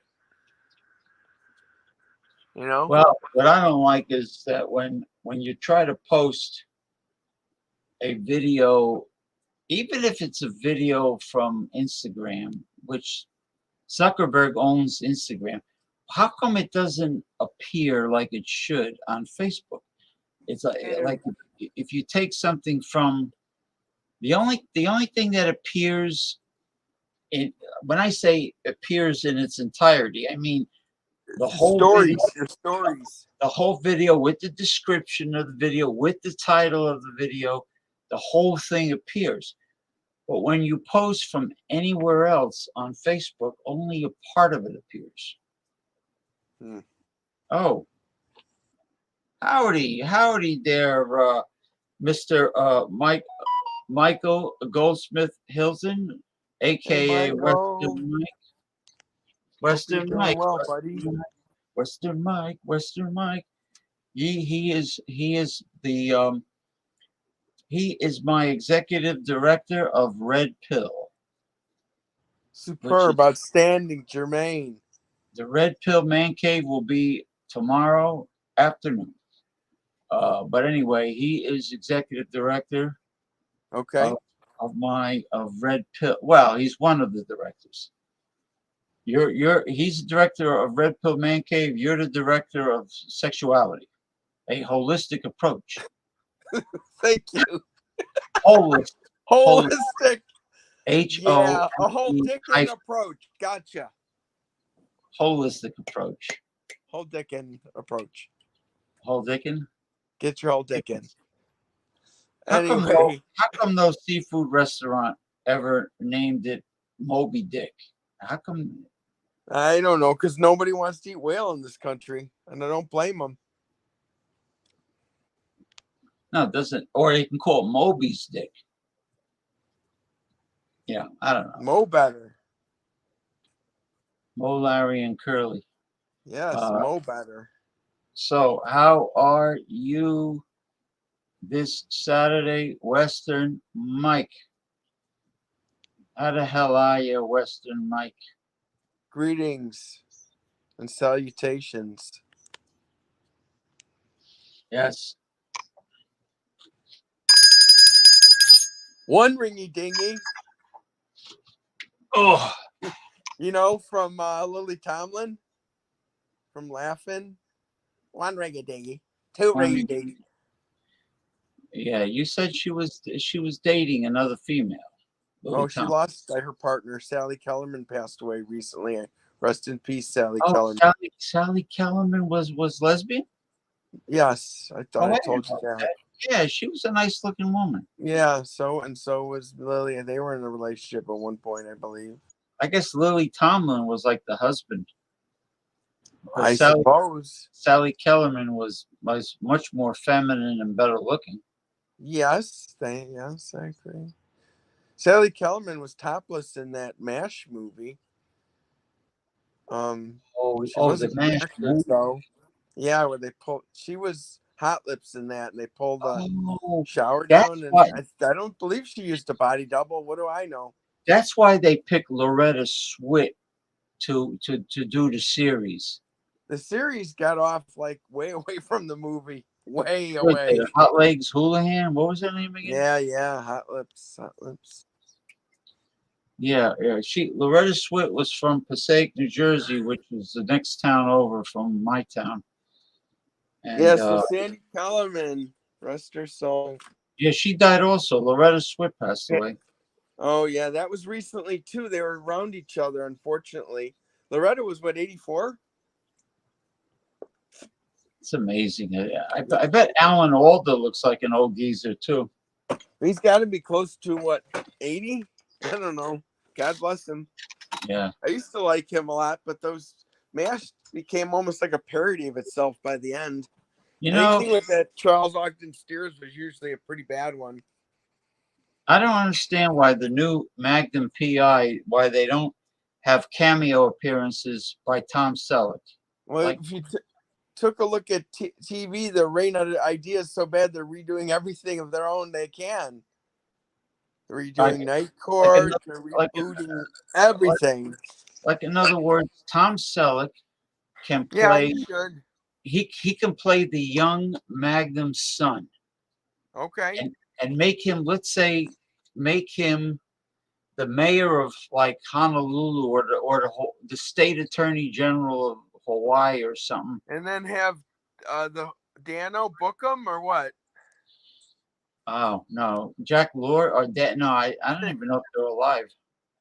No, he's not. I was kidding. Yeah, Tom. My point is they redid that too. They redid Hawaii 5-0. Oh, whoops. Tom Selleck is in Blue Bloods, but I'm sure he could break away and do I'm sure he break twinned away. I mean, they had like Deion Sanders play baseball and football at the same time. Why can't Tom Selleck do Blue Bloods and Magnum PA? I heard that guy said some stupid shit about kids and bad stuff like single moms he was picking on Deion. Well, He said single mom, offense has to have a good mom and dad. Defense can have be a single mom, and that's good too. single moms don't discipline their kids properly. Yeah. No, of course Yeah, not. nothing replaces the old-fashioned bada bing across the chops. Oh, Because that prevents little kids from becoming monsters. Or the pointy cowboy boot up the A's. yeah. Up I the stayed A. up late last night, so I apologize if I happen to be yawning. I'm not going to be going to bed early, but stayed up close to 2 last night. Uh, I like to do that on the weekend. It's more enjoyable. Get a little more out of life, just staying up a little later. That extra show. So anyhow, yeah. Eric sent me a message that they're watching UFC fights, and they're making it a live stream, watching UFC fights. I told him I'm live with my own show. interesting. Yeah, Eric Fraunfelter. I'm live with my own show. I just told him. There you go. Touche, I say. Touche. Hey, Mike. Mike, not you. Mike, Western Mike. Oh, you told me that Sunday's bad for you, and Saturday is much better for you. Where are you now, Western Mike? But anyway, what were we talking about before? We're talking about And this, that, and the other, everything. Deion Sanders recruiting. Single mothers. They let their kids stay up too late. They don't discipline them. What did Neil Young sing? Welfare mothers make better lovers. How does he figure that? It's the lyric to a song. Their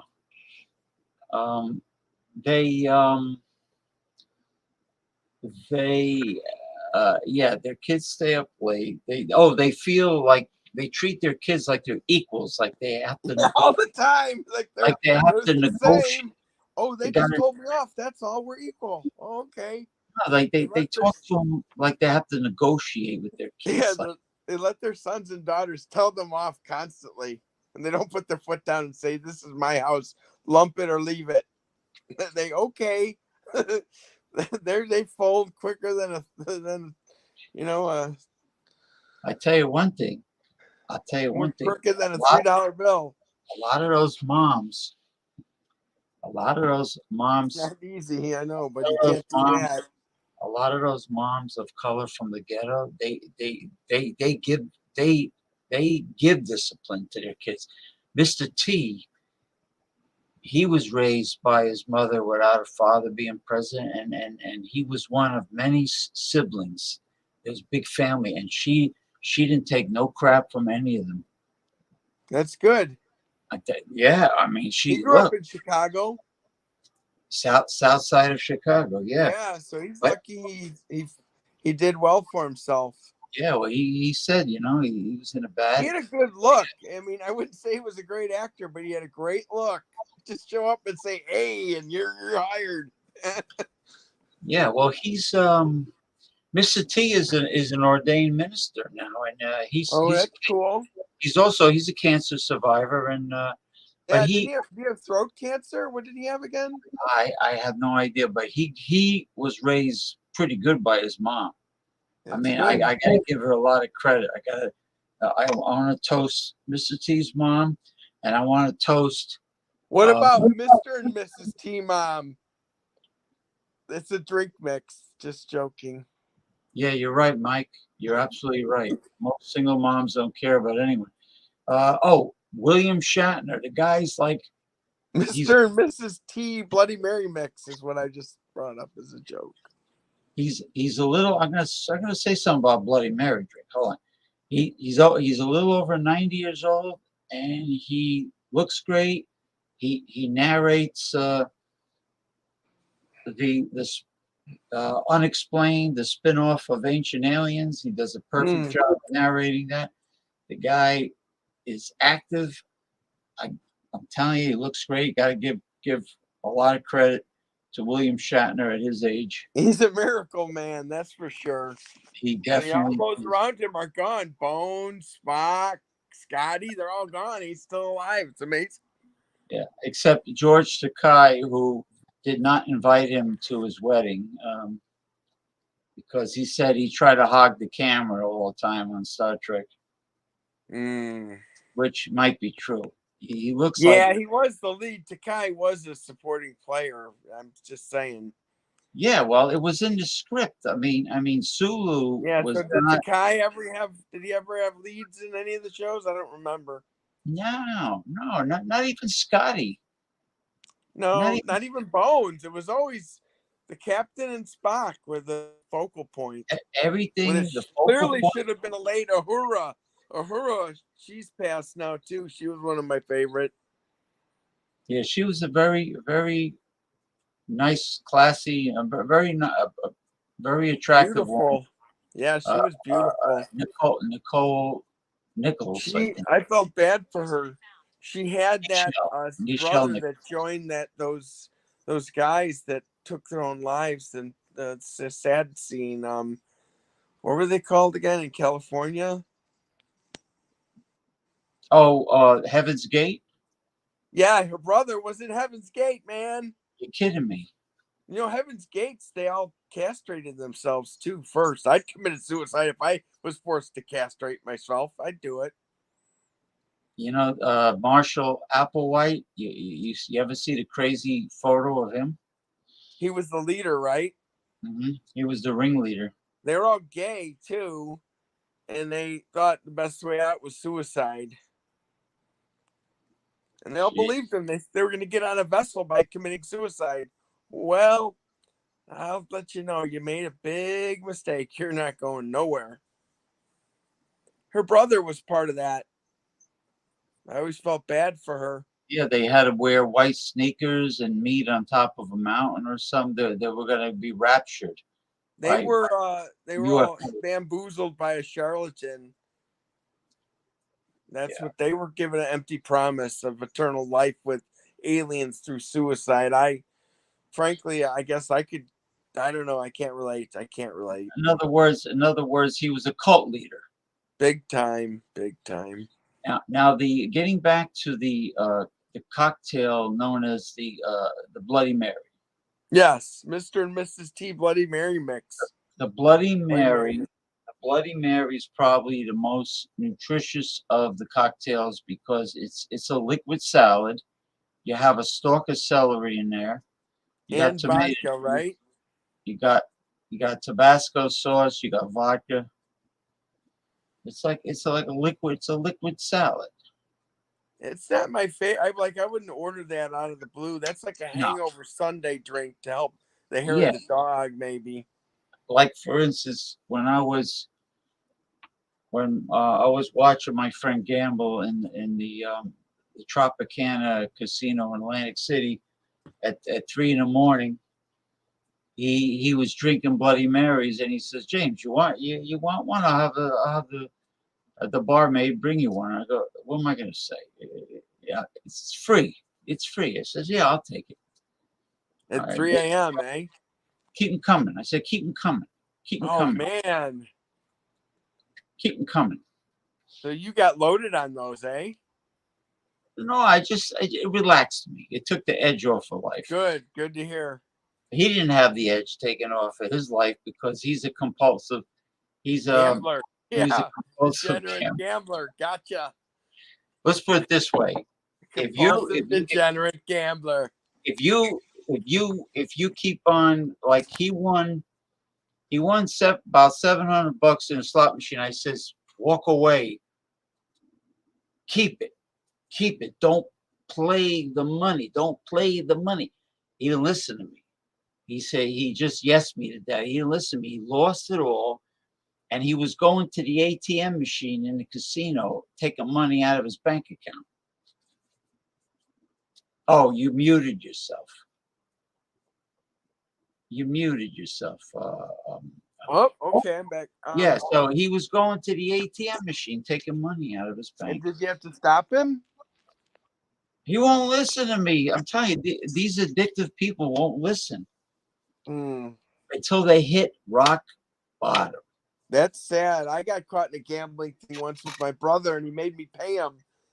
Some dice game among family, and he was able to get $400 from me and said, "Had you pay to prove a point?" Oh, okay, thanks. Yeah, not to gamble ever again. Gotcha. Oh, you were shooting craps. Yeah, and I kept trying to win it back. That's that incessant thing that never ends. I think the One crap. more. Let it ride. I think the crapshoot is the easiest way To lose money. to get rich or go broke. It's the Yes. fastest way to You go can broke. go broke very quickly. Yeah. Shooting craps. The Chinese have like a fortune telling system with 3 dice. They use three dice. Oh. And that's why I used to see 3 dice together in the dollar stores. I always Really? wondered, why are they selling 3 dice? To the Chinese, eh? I don't know. I mean, maybe it was meant for something. I mean, shooting craps is not 3 dice, is it? No, it's only 2. It's only 2. What about you ever play dominoes? I'm pretty good at it. That's mostly Italian people like that, I think. Or Well, Cubans, Hispanics. Cubans, gotcha. Okay. Yeah, Hispanics play dominoes. Yeah. I'm more of a chess man myself. I play chess. I'm not bad. I'm okay. I don't play much. I just got on the computer now. I used to play with myself with chess. I used to turn the board around. I played with myself, but in a different way. There was no board involved. Hi, Mike. How's it going? I used to play. I'm pretty good at chess. You ever play chess, Western Mike? Sure. Online? Yeah. No, I mean I like to play it like even like with a chess set. Oh yeah. I got to get a new chess board because I think, mine wore out and I had to throw it out. But I have a chess set that I keep at my sister's. I got it from Mexico, from Cancun. It's like solid onyx stone. Nice. Yeah, it's beautiful. It's like, but you gotta baby it because if you drop onyx on the floor, it breaks. I have a old plastic molded one that my dad used to use. That's real nice. Yeah, me too. I got that. Yeah, my mom let me have that, and I got a chessboard I made in woods that I needed help making. A long time ago in the toy store, I don't know if it was Toys R Us or Kmart toy department. No, it was Kmart toy department. There's a game company called Cardinal, spelled like the bird. And they had a chess set where the pieces were made of solid pewter.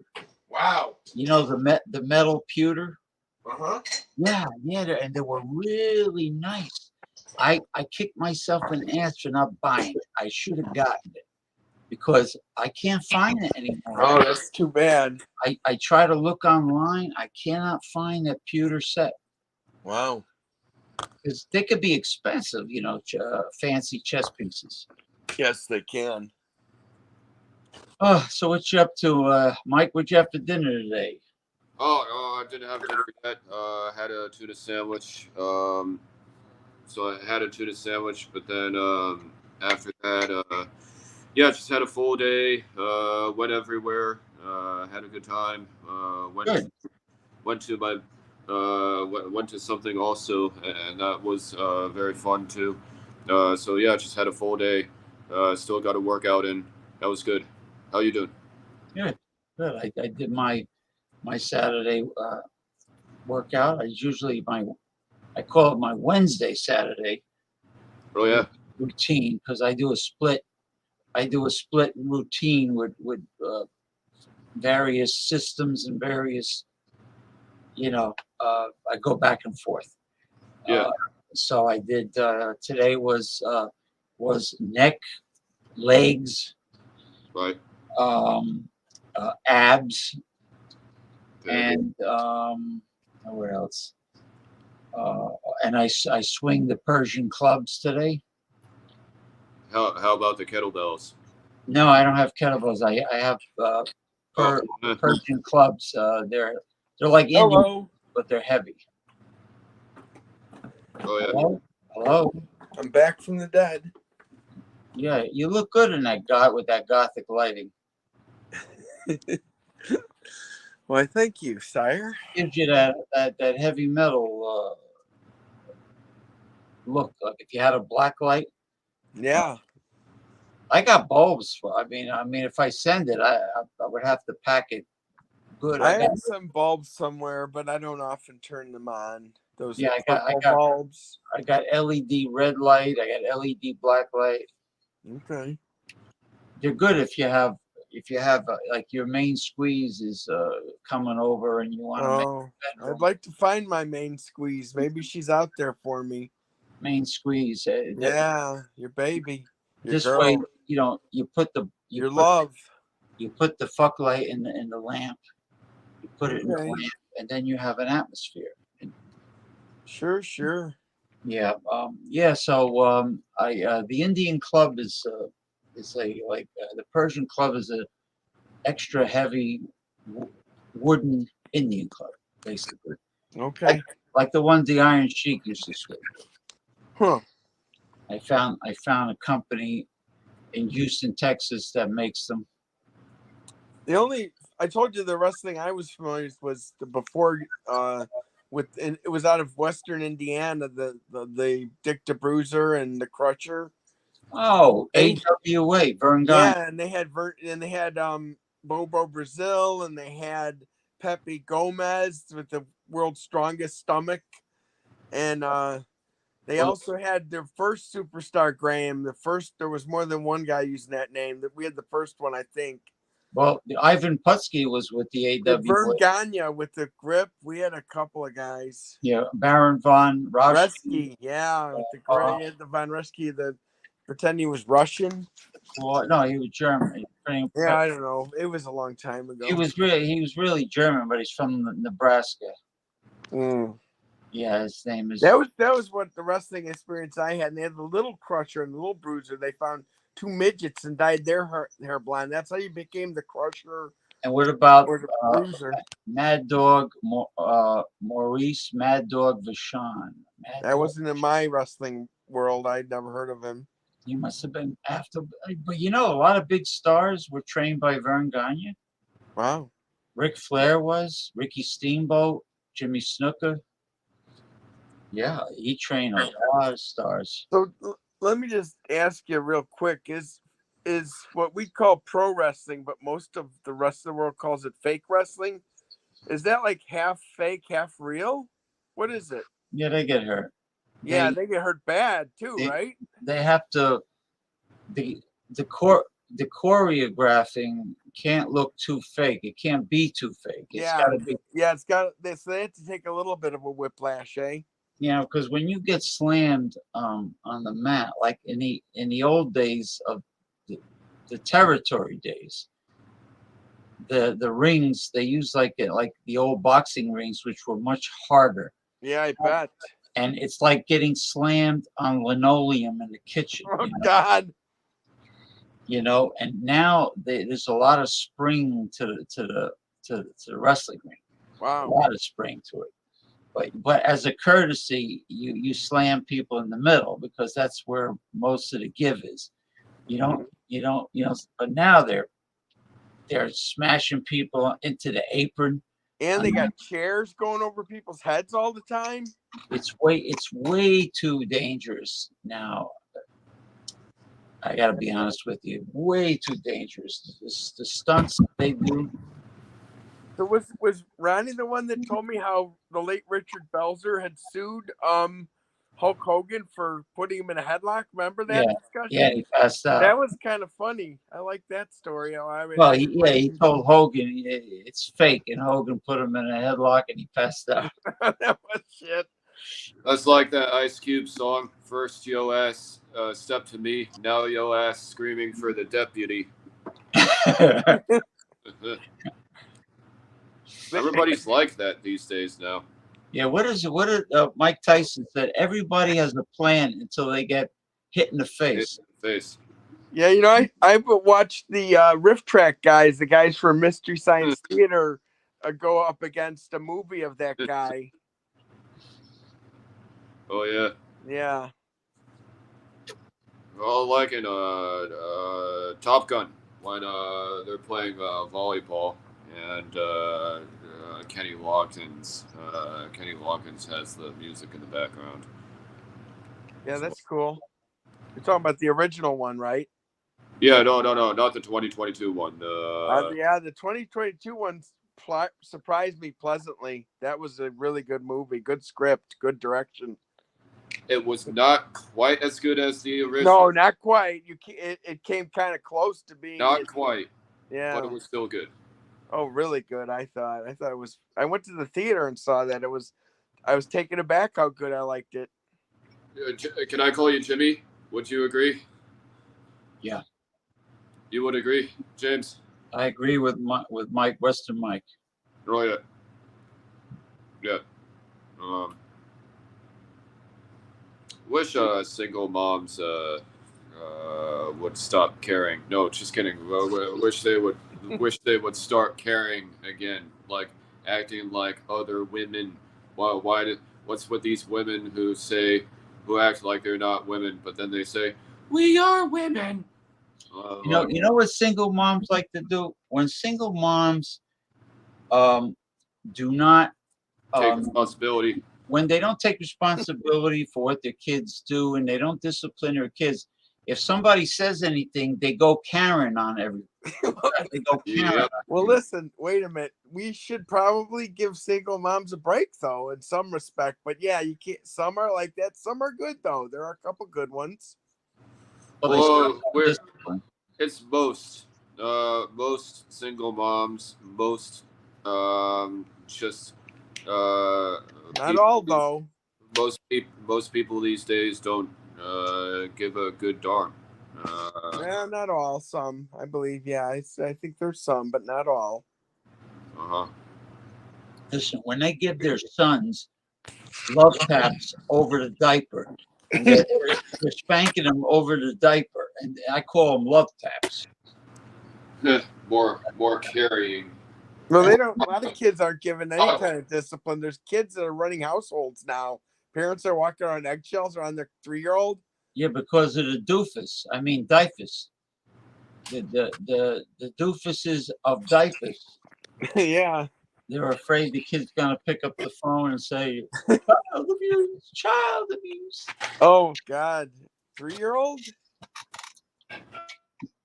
No, not a 3-year-old. It's a 3-year-old, and the parents are being influenced by the child. Listen. You know what? There's so much coddling. A lot of coddling. You know what my bedtime was? 9:30 p.m. And when I got home from school, I couldn't watch TV and play until my homework was finished. Yeah, Me too. Strict. Me too. Yeah. I would my homework out. I didn't do any homework in high school. That's when we had real winters. We had hardcore winters. Yeah, we had a fluffer nutter winter here. I bought a snow thrower. I used it 0 times this season so far. I had a flexible flyer sled made out of wood and steel, red paint on the steel. Let me tell you, we found a good hill which had lots of snow, compacted snow all winter. And we used to go down that hill with the sleds. There weren't plastic toboggans like they sell now. We did something stupid when we were in high school. We went up the wrong side of a hill in a wood toboggan and hit a tree, and we're lucky we didn't kill ourselves. Yeah, no, a tree is not. If Not you're gonna good. go, And if there you're was gonna the go, time I took off my coat and was swinging around, and I hit my scalp, and my scalp started bleeding. that's So how. we That's drank how. some wine that night. That's how. That's how Sonny Bono died. Yes, I know, and so did one of the Kennedys right into that. Yeah, no, He and was. trust me, I knew I was a lucky man. Yeah, he was skiing and he hit a tree. We're lucky we didn't get killed. Think about that. So anyway, Yeah. Speaking of Bono, that Chaz or the girl who had a sex change to a man. oh Chelsea, wait, no, what was her name? Wanting to be the very people you complain about. Okay. Yeah, she made an ugly dude, man, when she went from a girl to a dude. Well, look, What's with all these irritating white women who keep going around being all manly and then they keep talking about how much they can't stand men? I don't know. I haven't heard a lot of that. You're right about it. They all got SUVs and whatever, and they got these I big think. black gothic tattoos on like a man, like a dude. By the way, I don't like Caitlyn Jenner. I think he's ugly. Well, without a doubt, yeah. So there's men making the same mistake. You know, there's a reason why the baby is born with male genitalia. Yes. That means that the creator has decided that you are going to be born a male. Otherwise, you wouldn't be born with male genitalia. Exactly. Now, if you think you're a woman that's trapped in the male body, that means that you have a serious psychological personality disorder. Personality disorder. Yeah, I feel bad for people that go through that crisis. You know, because it's got to be hard because it's not real. It's not real. You have the penis. You're not going to be a woman. It's a fact. You have the male genitalia. You don't have mammaries. You're a dude. You're born to be a man. Well, that's their life. If they want to do what they want to do, it's their business, I guess. But you know what? You know what goes wrong? Everything when the time goes on, they want to reverse it. Psychologically, when a woman coddles their sons too much, and there's this sick, obsessive attachment. Yes. That the mothers have with the sons. That's when the sons become very effeminate. Oh boy. Yeah. They even do this. They even do this thing now. You can't even pass by these people on the street if you're not walking close enough to them. They take offense to that. Have seen that happen multiple times. They take offense to how far away somebody walks away from them on the street. Well, you don't want their germing crabbing your style. Yeah, you don't want their infectious droplets, respiratory droplets landing on you. Yeah. Alrighty then. Well, yeah. Also, it's you don't want to be around a bunch of crazy strangers that up close. It gets uncomfortable. Went out today, and at the bar, all the quite a few couples, quite a few old couples who came in, they seemed pretty out of place. They were trying to like get pool tables, and they just seemed wildly impatient and out of place. Everybody else was patient, like this youthful, cool, patient person, and they were just like completely ignoring these people. Old white people coddle. They coddle a lot, and then people don't want to talk to them. But I guess if they want to keep on getting into that, they can. Yeah. I'm drinking a Mr. Puffer. Oh, Mr. Puffer. Yeah, you had that last week. Let me get a bird's eye view of this. What is that? A THC drink? That's right. But this isn't kind of bland like a water drink. This is a soda So you can drink one of these. I'm trying to save money by purchasing a little bit less of these every week because even these can be a little bit expensive. Yeah. But once you get into these are really good. And yeah, you got to get a hand on Keef. Keef is really good. 9 out of 10. It's awesome. What's the content? 5 point. James, did you get your Content. liquor or something? 10 milligrams THC. Oh, that's good. So it's Oh, potent, It is right? a good deal. What's I that? got to look for that. So it's Keith's Mr. Poof, you said? Mr. Puffer. Oh, Mr. Puffer. That sounds a little fruity, but okay. Yeah, but if 10% If it is has good, 10 grams THC, it sounds good. And it tastes Oh good? yeah, it might relax. it tastes pretty good. Might be good for relaxation. Tastes pretty Nice. good. Is it chocolate based or root beer? What is the general I think flavor? its ingredients are purified water, sugar, natural and artificial flavors, CO2 extracted cannabis oil, coconut oil. That's it. Doesn't say anything about chocolate or coconut So or no anything like chocolate that. whatsoever. No chocolate. No, just coconut oil. Does it say natural flavors? No, it's no, yeah. This is just a cola. So Nice. yeah. Anyhow. It's a younger cola. women. It tastes like cola. Okay. Younger women and women from overseas, they don't know television shows that you used to watch when you were a child. They don't know what you're talking about. They When you have bring up no the shows, idea. they don't have a clue. It's tough. If I mention Sanford and Son or All in the Family, they don't have a clue. Not a clue. Yeah, or Match Game, or Hollywood. I saw a lot of reruns. Hollywood Or what do you Squares. call I saw that. Edith Bunker's cousin Maud. I saw Lady could die. Laughing reruns. I saw Laughing. I remember American Style. I love American Style. Always excited me. I thought there was gonna be a naked girl when I was a kid. A little pervert that I was. What Sorry, about world. Fantasy Island? They played, boys. They played. The best Now- was the SCTV parody of that where they made John Candy tattoo. That was so funny. He humped a Stradivarius and broke it. It was really funny.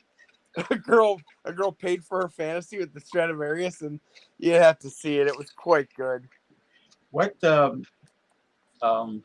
remember John Candy? What was that summer rental when he went to a seafood restaurant and they gave him frozen fish stick? Something. He went to a seafood restaurant. I gotta go, guys. I might be back a little bit later. Okay, bye, Mike. See ya. Okay. Cheers. Toodaloo. We're Armed and Dangerous. We played Divine. Oh, that was funny as hell. Do you remember that? It's called Armed and Dangerous. It's Eugene Levy and John Candy, and they did a part in drag that was kind of funny. Oh. Did you ever No, see it? I don't remember that one. Oh, it's one of his better movies. It's better than a lot of those ones he did. He did some kind of throwaway movies. Uncle Buck was one of his best. Trains, Planes, Stripes, of course, was one of his very best. Remember Problem Child? No. The movie there was a movie. It was about a little boy who was a freaking monster, but there was a movie where Martin Short played a little kid. I think it was called Clifford. Really? Yeah, it was really funny. He wore like little boy clothes, and it was. Was that early in his career? I think so. Yeah. Yeah, Clifford. Oh. Yeah, YouTube probably has like some parts of it. Well, I guess we didn't stay on anyhow. the topic. We didn't stay on topic with Mike. I don't know. I thought we just freeformed as usual, and it went well. Yeah, it did. You know what? We did a point counterpoint. I tried to. I have an opinion of different ilk of some of the things that are being said. So yeah. Point Well, counterpoint. Jane, you ignorant slut. The nostalgia is fun because Yes, of course. because the quality of comedy back then was real comedy. Yeah, it was good. I mean, remember when stars could sing and dance and act? oh, they were very, very. They had diversified talent. They were Yeah, a lot of them did. They could do all of it. Oh, you're talking about variety shows. Or just movies. They could dance and sing in a movie, and they could act still. Well, Debbie Reynolds did it. Yeah, there's a lot of them did it. What's his name again? That one great guy, Gene or something. Gene Kelly. Yeah, he did a great job of it. He was one of the best. Mickey Rooney did it. Yeah, he was one of the best. Mickey Rooney did it. Mickey Rooney left us a few years ago, didn't he? Yeah, I loved him. He was one of the best. As an entertainer, your career is extended much longer when you can do other things. Yeah. It's a known fact that a serious actor can become a comedian, but a comedian can't become a serious actor. Some have, but not many. Some like have. like Robin Williams had some serious dramatic roles. He did, and he was first a comedian. I miss him. I'm sad he's gone. Yeah, he's from. He says him and his family from Chicago. Originally. Wow, I didn't know that. Robin Williams. Yeah, he says his mother was really. I remember on one of the. I don't know if it was a Tonight Show or what. His mom, when he was a child, his mom taught him something to really freak people out. And like if you're at a restaurant, and she says cut a rubber band and stuff it up your nostril, and then like slowly pull it out in front of everybody. Yeah, I wouldn't do that. That's sounds wonderful. Yeah, and whatever flies. Like, gotcha. She's quite a mom. Now Leslie Nielsen, stuff. the Leslie Nielsen, serious actor, started doing those Naked Gun movies, which I thought those were the best. Those were pretty funny. I like the silliness of them, and also when he was in Airplane, he was quite good. they were very funny. What was the shit like? They'd say like, God, what would he? They'd say, God, like he'd say something. Susie, don't know how. No, Frank. I'm speaking frankly. Don't call me Frank, or whatever. You do that. It was a woman's name. I forget what that part was. Remember? Yeah, I love them all. Yeah, that was funny when that woman was being calmed down and a line formed behind her, and like the boxer was up there. All these people were up there to calm her down with whips and chains. That was pretty funny. Yeah, Priscilla Presley. June Priscilla Cleaver Presley was talking jive. Remember that? Well, I remember Priscilla Presley being in one of them. I can't believe Lisa Marie died. Or like they said that her son's suicide really ended her life. Well, look at Whitney Houston's young daughter died also. Yeah, these people are unfortunately destined to die. It seems it's really quite tragic. Like Romeo and Juliet, it's sad. I just don't get it. I mean, if you have Elvis's grandson had to have everything, and that made he went mad and killed himself. I mean, there you go again. If you have tremendous talent and you attain fame and fortune, okay, what do you?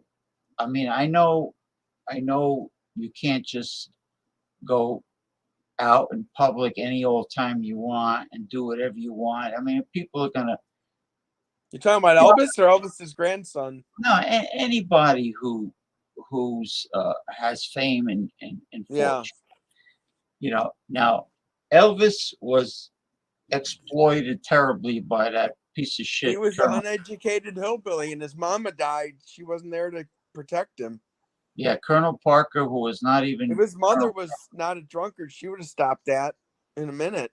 She Yeah, wouldn't let him see a doctor and get all high. That criminal piece of shit, Colonel Parker, who was he was Elvis's wanted. dad wasn't strong enough to stop Colonel Parker. Yeah, Parker was. Dad was wanted. a bit of a floozy when it came to that, you know. He was wanted. He was His wanted. dad? No, Colonel Parker was. Yeah, but his dad was also a follow the law, I believe. Elvis's dad had gotten arrested before public drunkenness or something. Yeah, I know. Elvis was he was very close friends with Tom Jones. He admired Tom Jones. Yeah. You know, I like Tom Jones's voice myself. I mean, I think he's. My mom loved Tom Jones. She wanted to marry him. Yeah, no, there's nobody. Women loved him, and he had the same wife the whole time. He never cheated on her either. But he still sounds great. He still sounds great. You know, I mean, that's another miracle. On ice. Miracle on ice is when you're. Oh, I think we've reached the witching hour. I think I can have a mixed adult beverage now.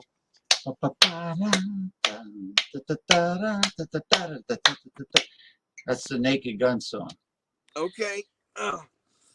Let's see what's down in the freezer. What do you got there?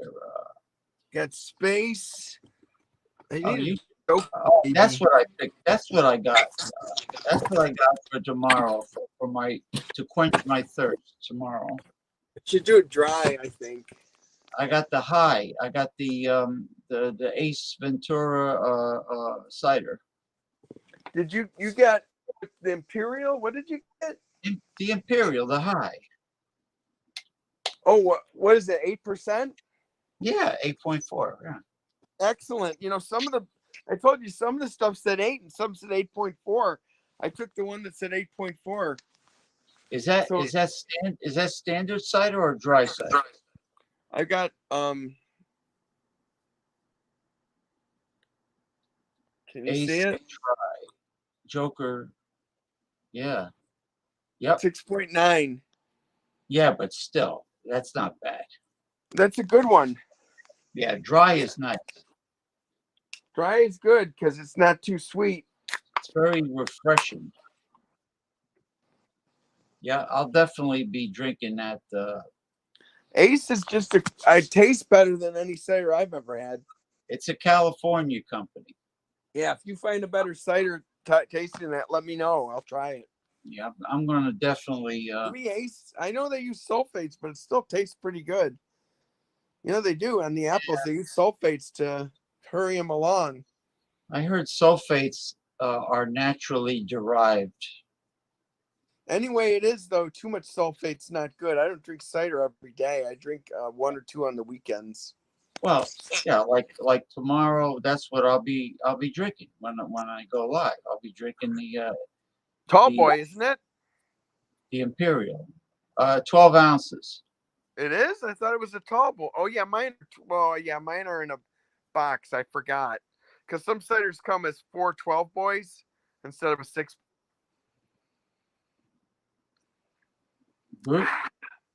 Six. I got 6 12 ounces. I know, but I'm just saying some ciders come as 4 16 ounces. You've seen that, right? Well, if I have to open up a second one, I open up a second one. Cheers. I know that. Yeah. A lot of ciders are only 4. That's my point. A 4-pack. That is refreshing. It is refreshing. Yeah, Great is it ice cold? Yes, it's nice and cold, and it's just crisp. This is my new preferred cider, Ace. It's a good alternative to beer. You know.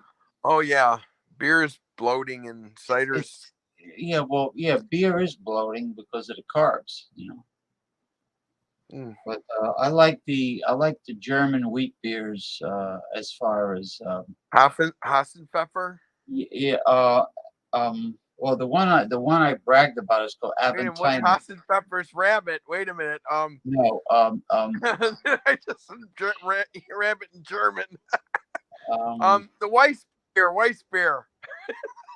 Yeah, the wheat beer is called Weiss beer. yeah. Well, in English, it's wheat beer. I know what you mean. I know the German word. I just Weiss beer. The Weiss beer. Heissen, Hefeweizen, right? I think so. Hefeweizen, something like that. Anyway, it's very thirst quenching and crisp. Also, more crisp than the barley. You ever heard of a band called John Barleycorn Must Die? Or is that an album? Wait a minute, that's an album. Barclay James Harvest is the band I was thinking of. Barclay James Harvest. Any good? I don't think so. I don't know. I don't know. So it looks like Eric's band is they have more gigs than ever before. Good for him. I have his album. They're going to be up in Maine. I think I bought Portland, it off Maine. of Facebook, by the way. They did good Facebook promotion. Yeah, they got. You have the Decimator. I think so. I don't know the latest, the last one I thought, but he said another one's coming out. I have the first album. I think all they have out is one so far. I think that's Decimator. I think that's the only album. Yeah, and they're working on another one. He said. Yeah, they have the nice artwork in the front with some kind of dragon or. I gave you your rape belch. I'll try to pillage next time. So I've been reading a lot of articles on the Google browser about spring training and baseball and. Yeah, they're trying to really speed it way up to under like 2 hours. It's really. I hate when they foul it off 1,000 times. I hate when the pitcher takes a real long time. That's one of the things I don't like about baseball. It's not about the love of the game or the love of the team. It's all dollars. It never is. It's a business, of course. What do you mean? You know, like somebody and all said, the Cleveland teams were made to get some of the worst names. The Guardians. That sounds like a street gang. Well, you know what the Guardians are? They're two. It's an old bridge by Cleveland with two statues. Oh, great! They call it the Guardians. There's like two statues on this. Still don't think it's a great name. Just like I don't think the Washington Commanders is that swell. It's okay. Some silly names. And they got a boring W on the side of their helmet, right? Yeah, that's really unappealing. The most ugliest font that you can imagine. So my uncle stopped by today and saw all my collection and asked why I had it, and I said, "Well, I collect it. Die-cast cards and CDs and albums." And he goes, "You know, what's that gonna be worth?" Well, obviously, when I die from this earth, I don't care what it's worth. He asked you It's why. more than me. He asked you why you collect it.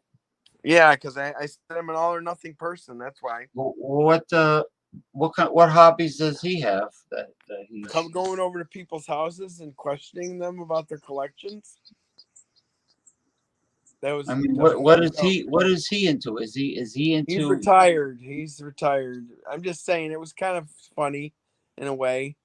I wouldn't expect any less from him to kind of grab me a little bit about my hobbies. What does he want you to do? Just watch TV and wait for grim death to come?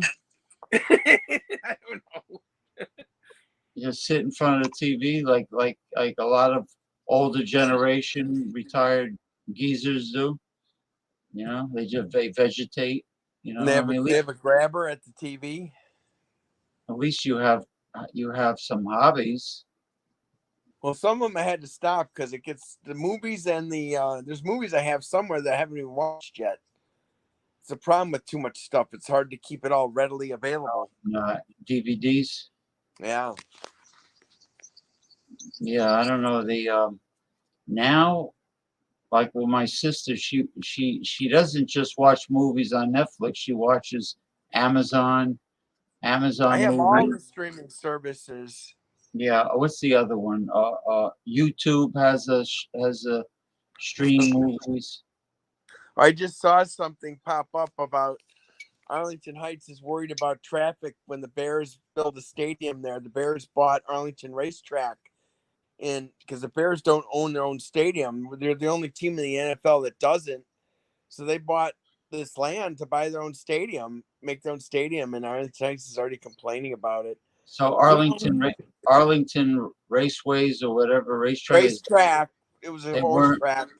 they weren't doing so well No, financially. they end up having to sell Duchessois or whatever his name was. I can't remember. Are they moving the race? Is No, it going to it's be closing. thoroughbred? It's not moving. So there won't be any thoroughbred race. No. It's being leveled for a stadium. Oh, it's a what? huge piece of land. Huge piece. Dude, the Bears are going to be right in my backyard. I live right near Arlington Heights. Yeah, but I mean, Chicago people, there must be some that love racing, horse racing. Horse racing is a thing of the past. They're going to do it online at other parks. Here, it's not a thing much. Oh, anymore. Tracks are going. I saw somebody at my friend's gentleman's club that he runs. He there was a dude that had his phone. He had an app on his phone where he's betting on all these different races from tracks all over the world. I forgot to say pillage and plunder. So he was betting online. He was betting online on his phone. Yeah, you're right. It's gonna be what do you call it? Simulcast.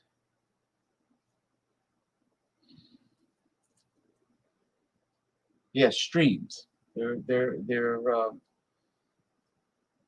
racing events, and then you get to bet on whoever you want, and it's a good way to lose everything you own.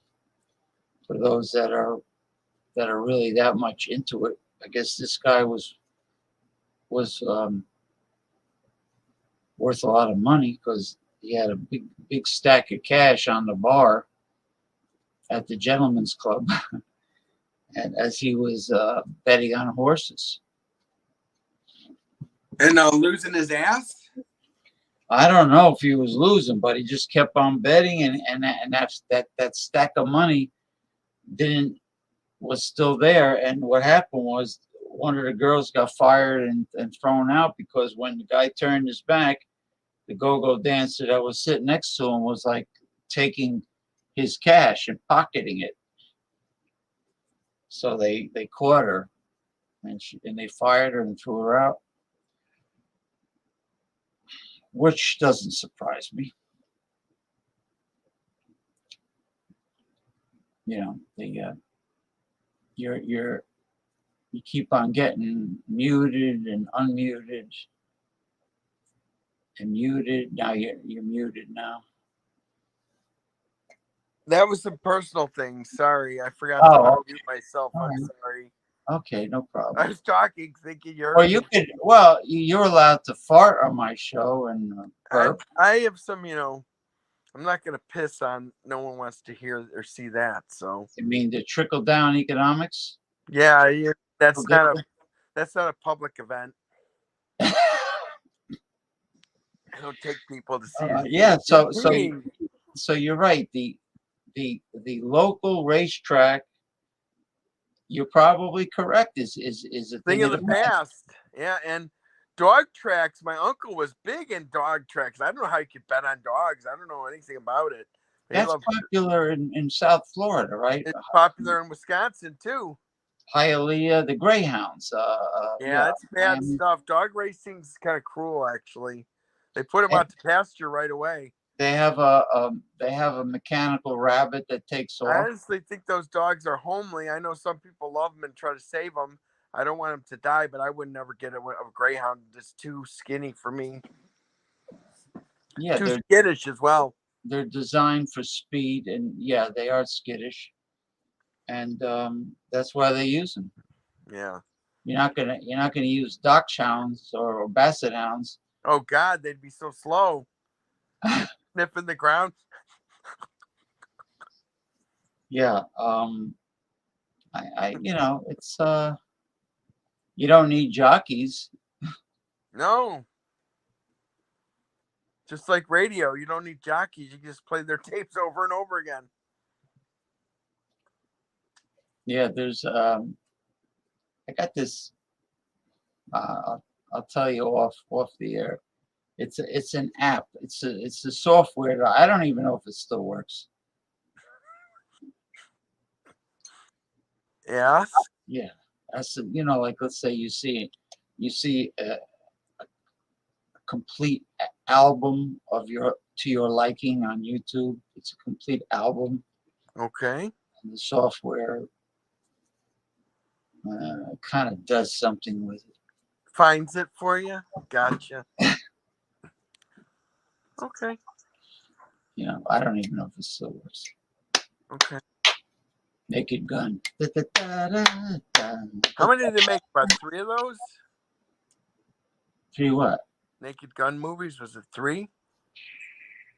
Yeah, I mean, he didn't make a lot of them. I mean, at least 3. Yeah, I think. And then that was when OJ wasn't a murderous criminal. correct. Yeah. Did you like the Ace Ventura movies? They were okay. They were funny at times. Yeah, he's The other ones were better than I just mentioned. very animated. Like I think one of the first people Didn't he say he went mad when he did that Andy Kaufman role? He went cuckoo from it.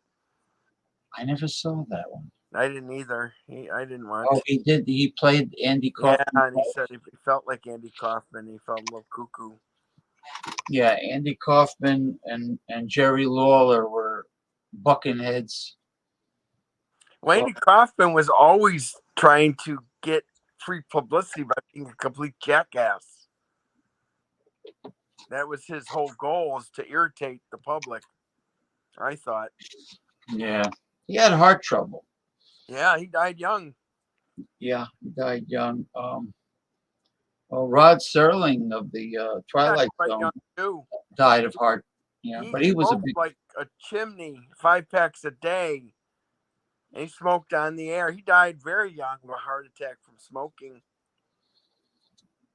You heard about poor Tom Sizemore had an aneurysm and died, right? No. Tom Sizemore, the actor, had an aneurysm, and his family took him off life support, and he passed. Only 61. He had some run-in with the law. Remember that? With Heidi Klum or something? Remember that?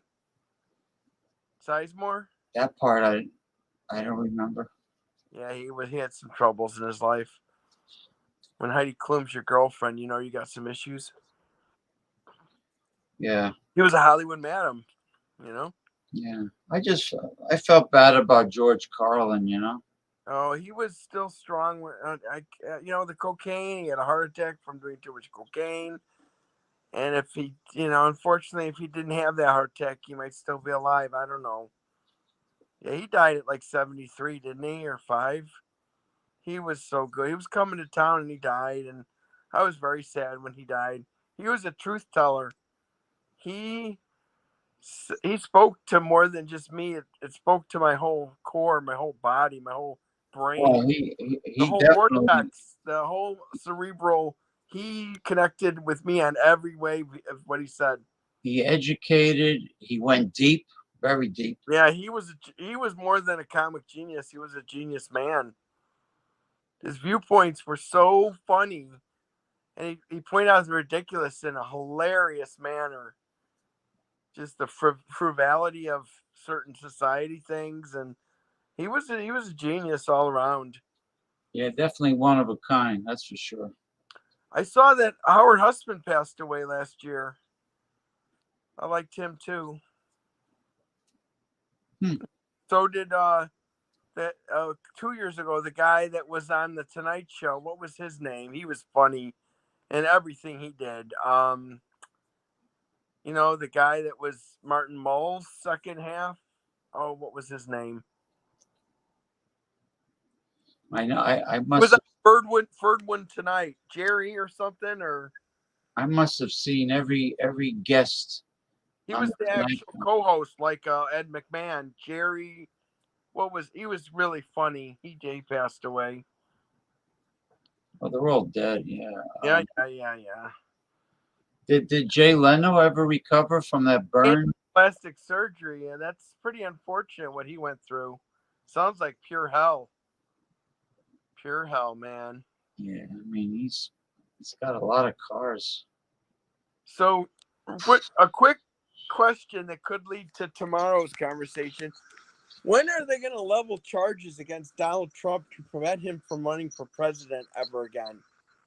Yeah, when? When? They have the goods on him. They have him in Atlanta, recorded, asking for free votes. That's right there enough to stop you from ever running. I can't believe. I don't know. You know, Wasn't he handing out "Make America Great Again" red caps in Ohio where the explosion was? recently? Oh yeah, I'm sure. And he's the one that deregulated all that to make that happen. I saw a photo of him handing out those caps. Yeah. So when is he going to be behind bars for his crimes against? Yeah, and his kids too. What is taking so long? You know, I have right-wing friends that keep bringing up Hunter Biden's connected to Joe Biden. Hunter Biden's getting Joe Biden kickbacks. I don't believe that part. But Hunter Biden's not the president, so who cares? It's funny how everyone goes after their kids. But Donald's kids were complicit because they all worked for his companies, which were all doing illegal affairs at all times. Yeah. The Trump company was not on the up and up. They were doing shady. That's why they got pinched by the Justice Department. And what about the treason attacks? Yeah, that's treason when you want to have the vice president hung because he won't throw the election. And then I mean the connection with Putin. Yeah, and then Fox News knew that he won the election, and they kept saying it was rigged, and they got sued, and they had to admit they were lying. They were lying, really yeah. shameless. That's shameless. Oh yeah, Rupert Murdoch was. Yeah. Oh yeah, we did it for the ratings. Oh, congratulations! You're such a humanitarian. Maybe you win a Nobel Peace Prize, prick. So it's not real. It's not real news media. It's just no, it's just fucking fluff. It's fluff. News is turned into an entertainment thing, not the news. And they knew, the Fox people knew they were lying. Well, the good news is science is not letting us down. They're not changing. There's still science. Well, I'm glad they finally came clean, the Fox people, which is they had to. They were in court. They had to admit they were lying. I feel bad for that company. They had to sue a few people saying that they sued several people for saying it was a rigged election and the count was wrong. My right-wing friends still say that Trump had the election stolen. Not really. He lost, actually, for real. And Trump is the biggest culprit of them all, and he's still in Mar-a-Lago enjoying the wealthy life, Didn't he just do the Republican convention, CPAT or whatever it was? Yeah. Yeah, and he was frothing at the bit there. Republicans aren't sure what to make of him. They want to support him. They don't. It's a mixed bag. They're not behind him like they were before. I'd say less than half are behind him. Yeah, was many of them saw what he really is. I mean, he treasonous. He's a treasonous dictator in waiting. He wants to be a dictator.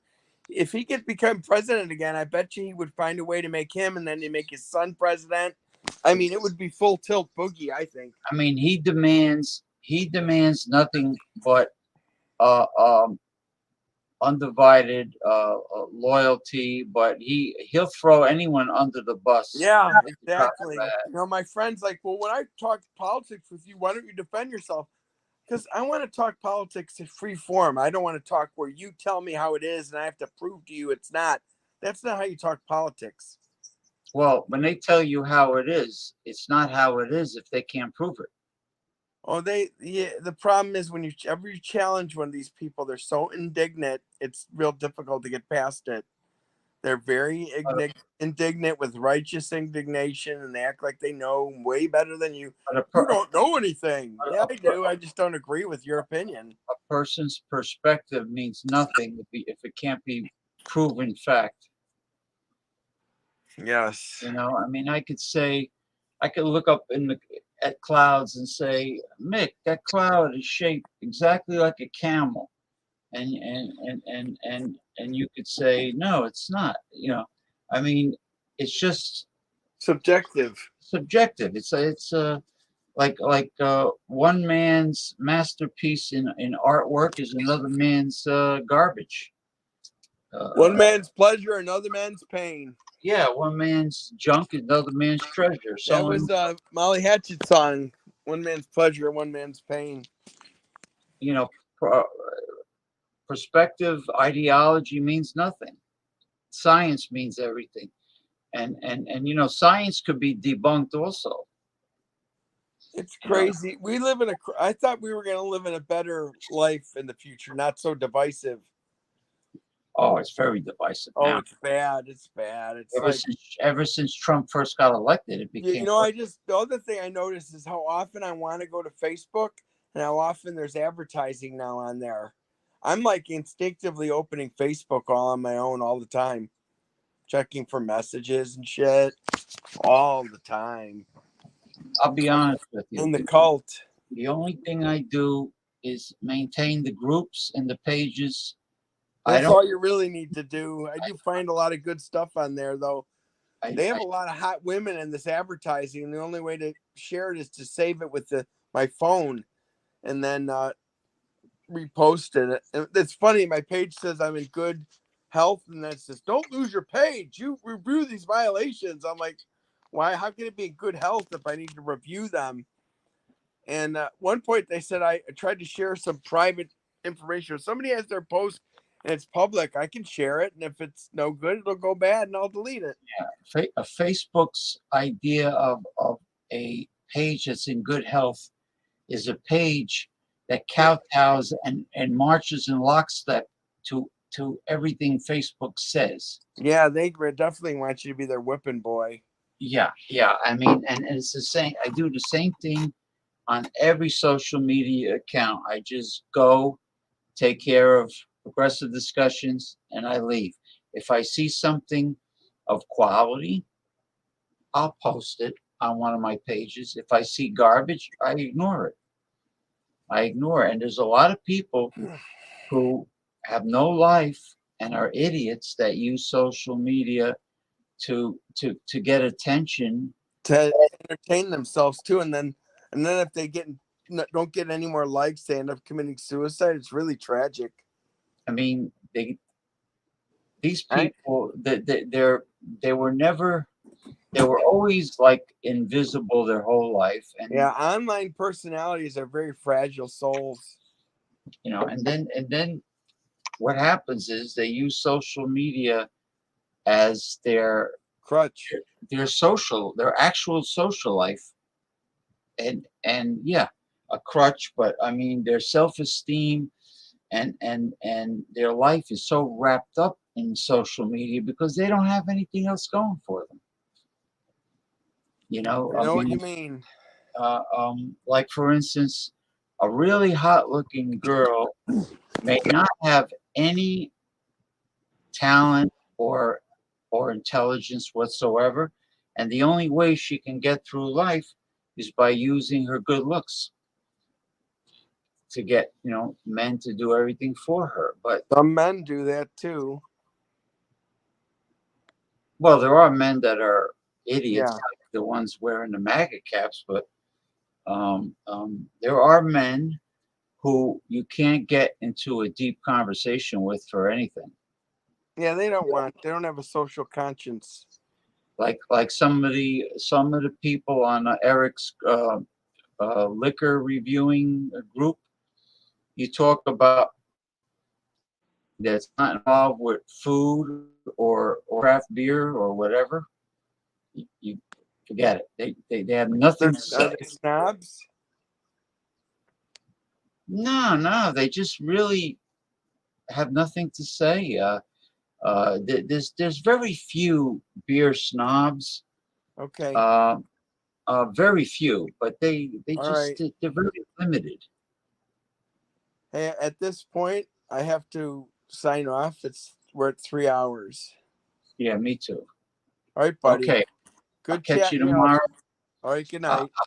I'll be on over on Facebook Messenger as usual. All right, see you then. Bye. All right, bye. Good night, everyone. Good night. Okay, people. This wraps up this week's Progressive Discussions. Thank you for showing up and participating. And for those that will be around tomorrow afternoon, I'll be doing a different type of show.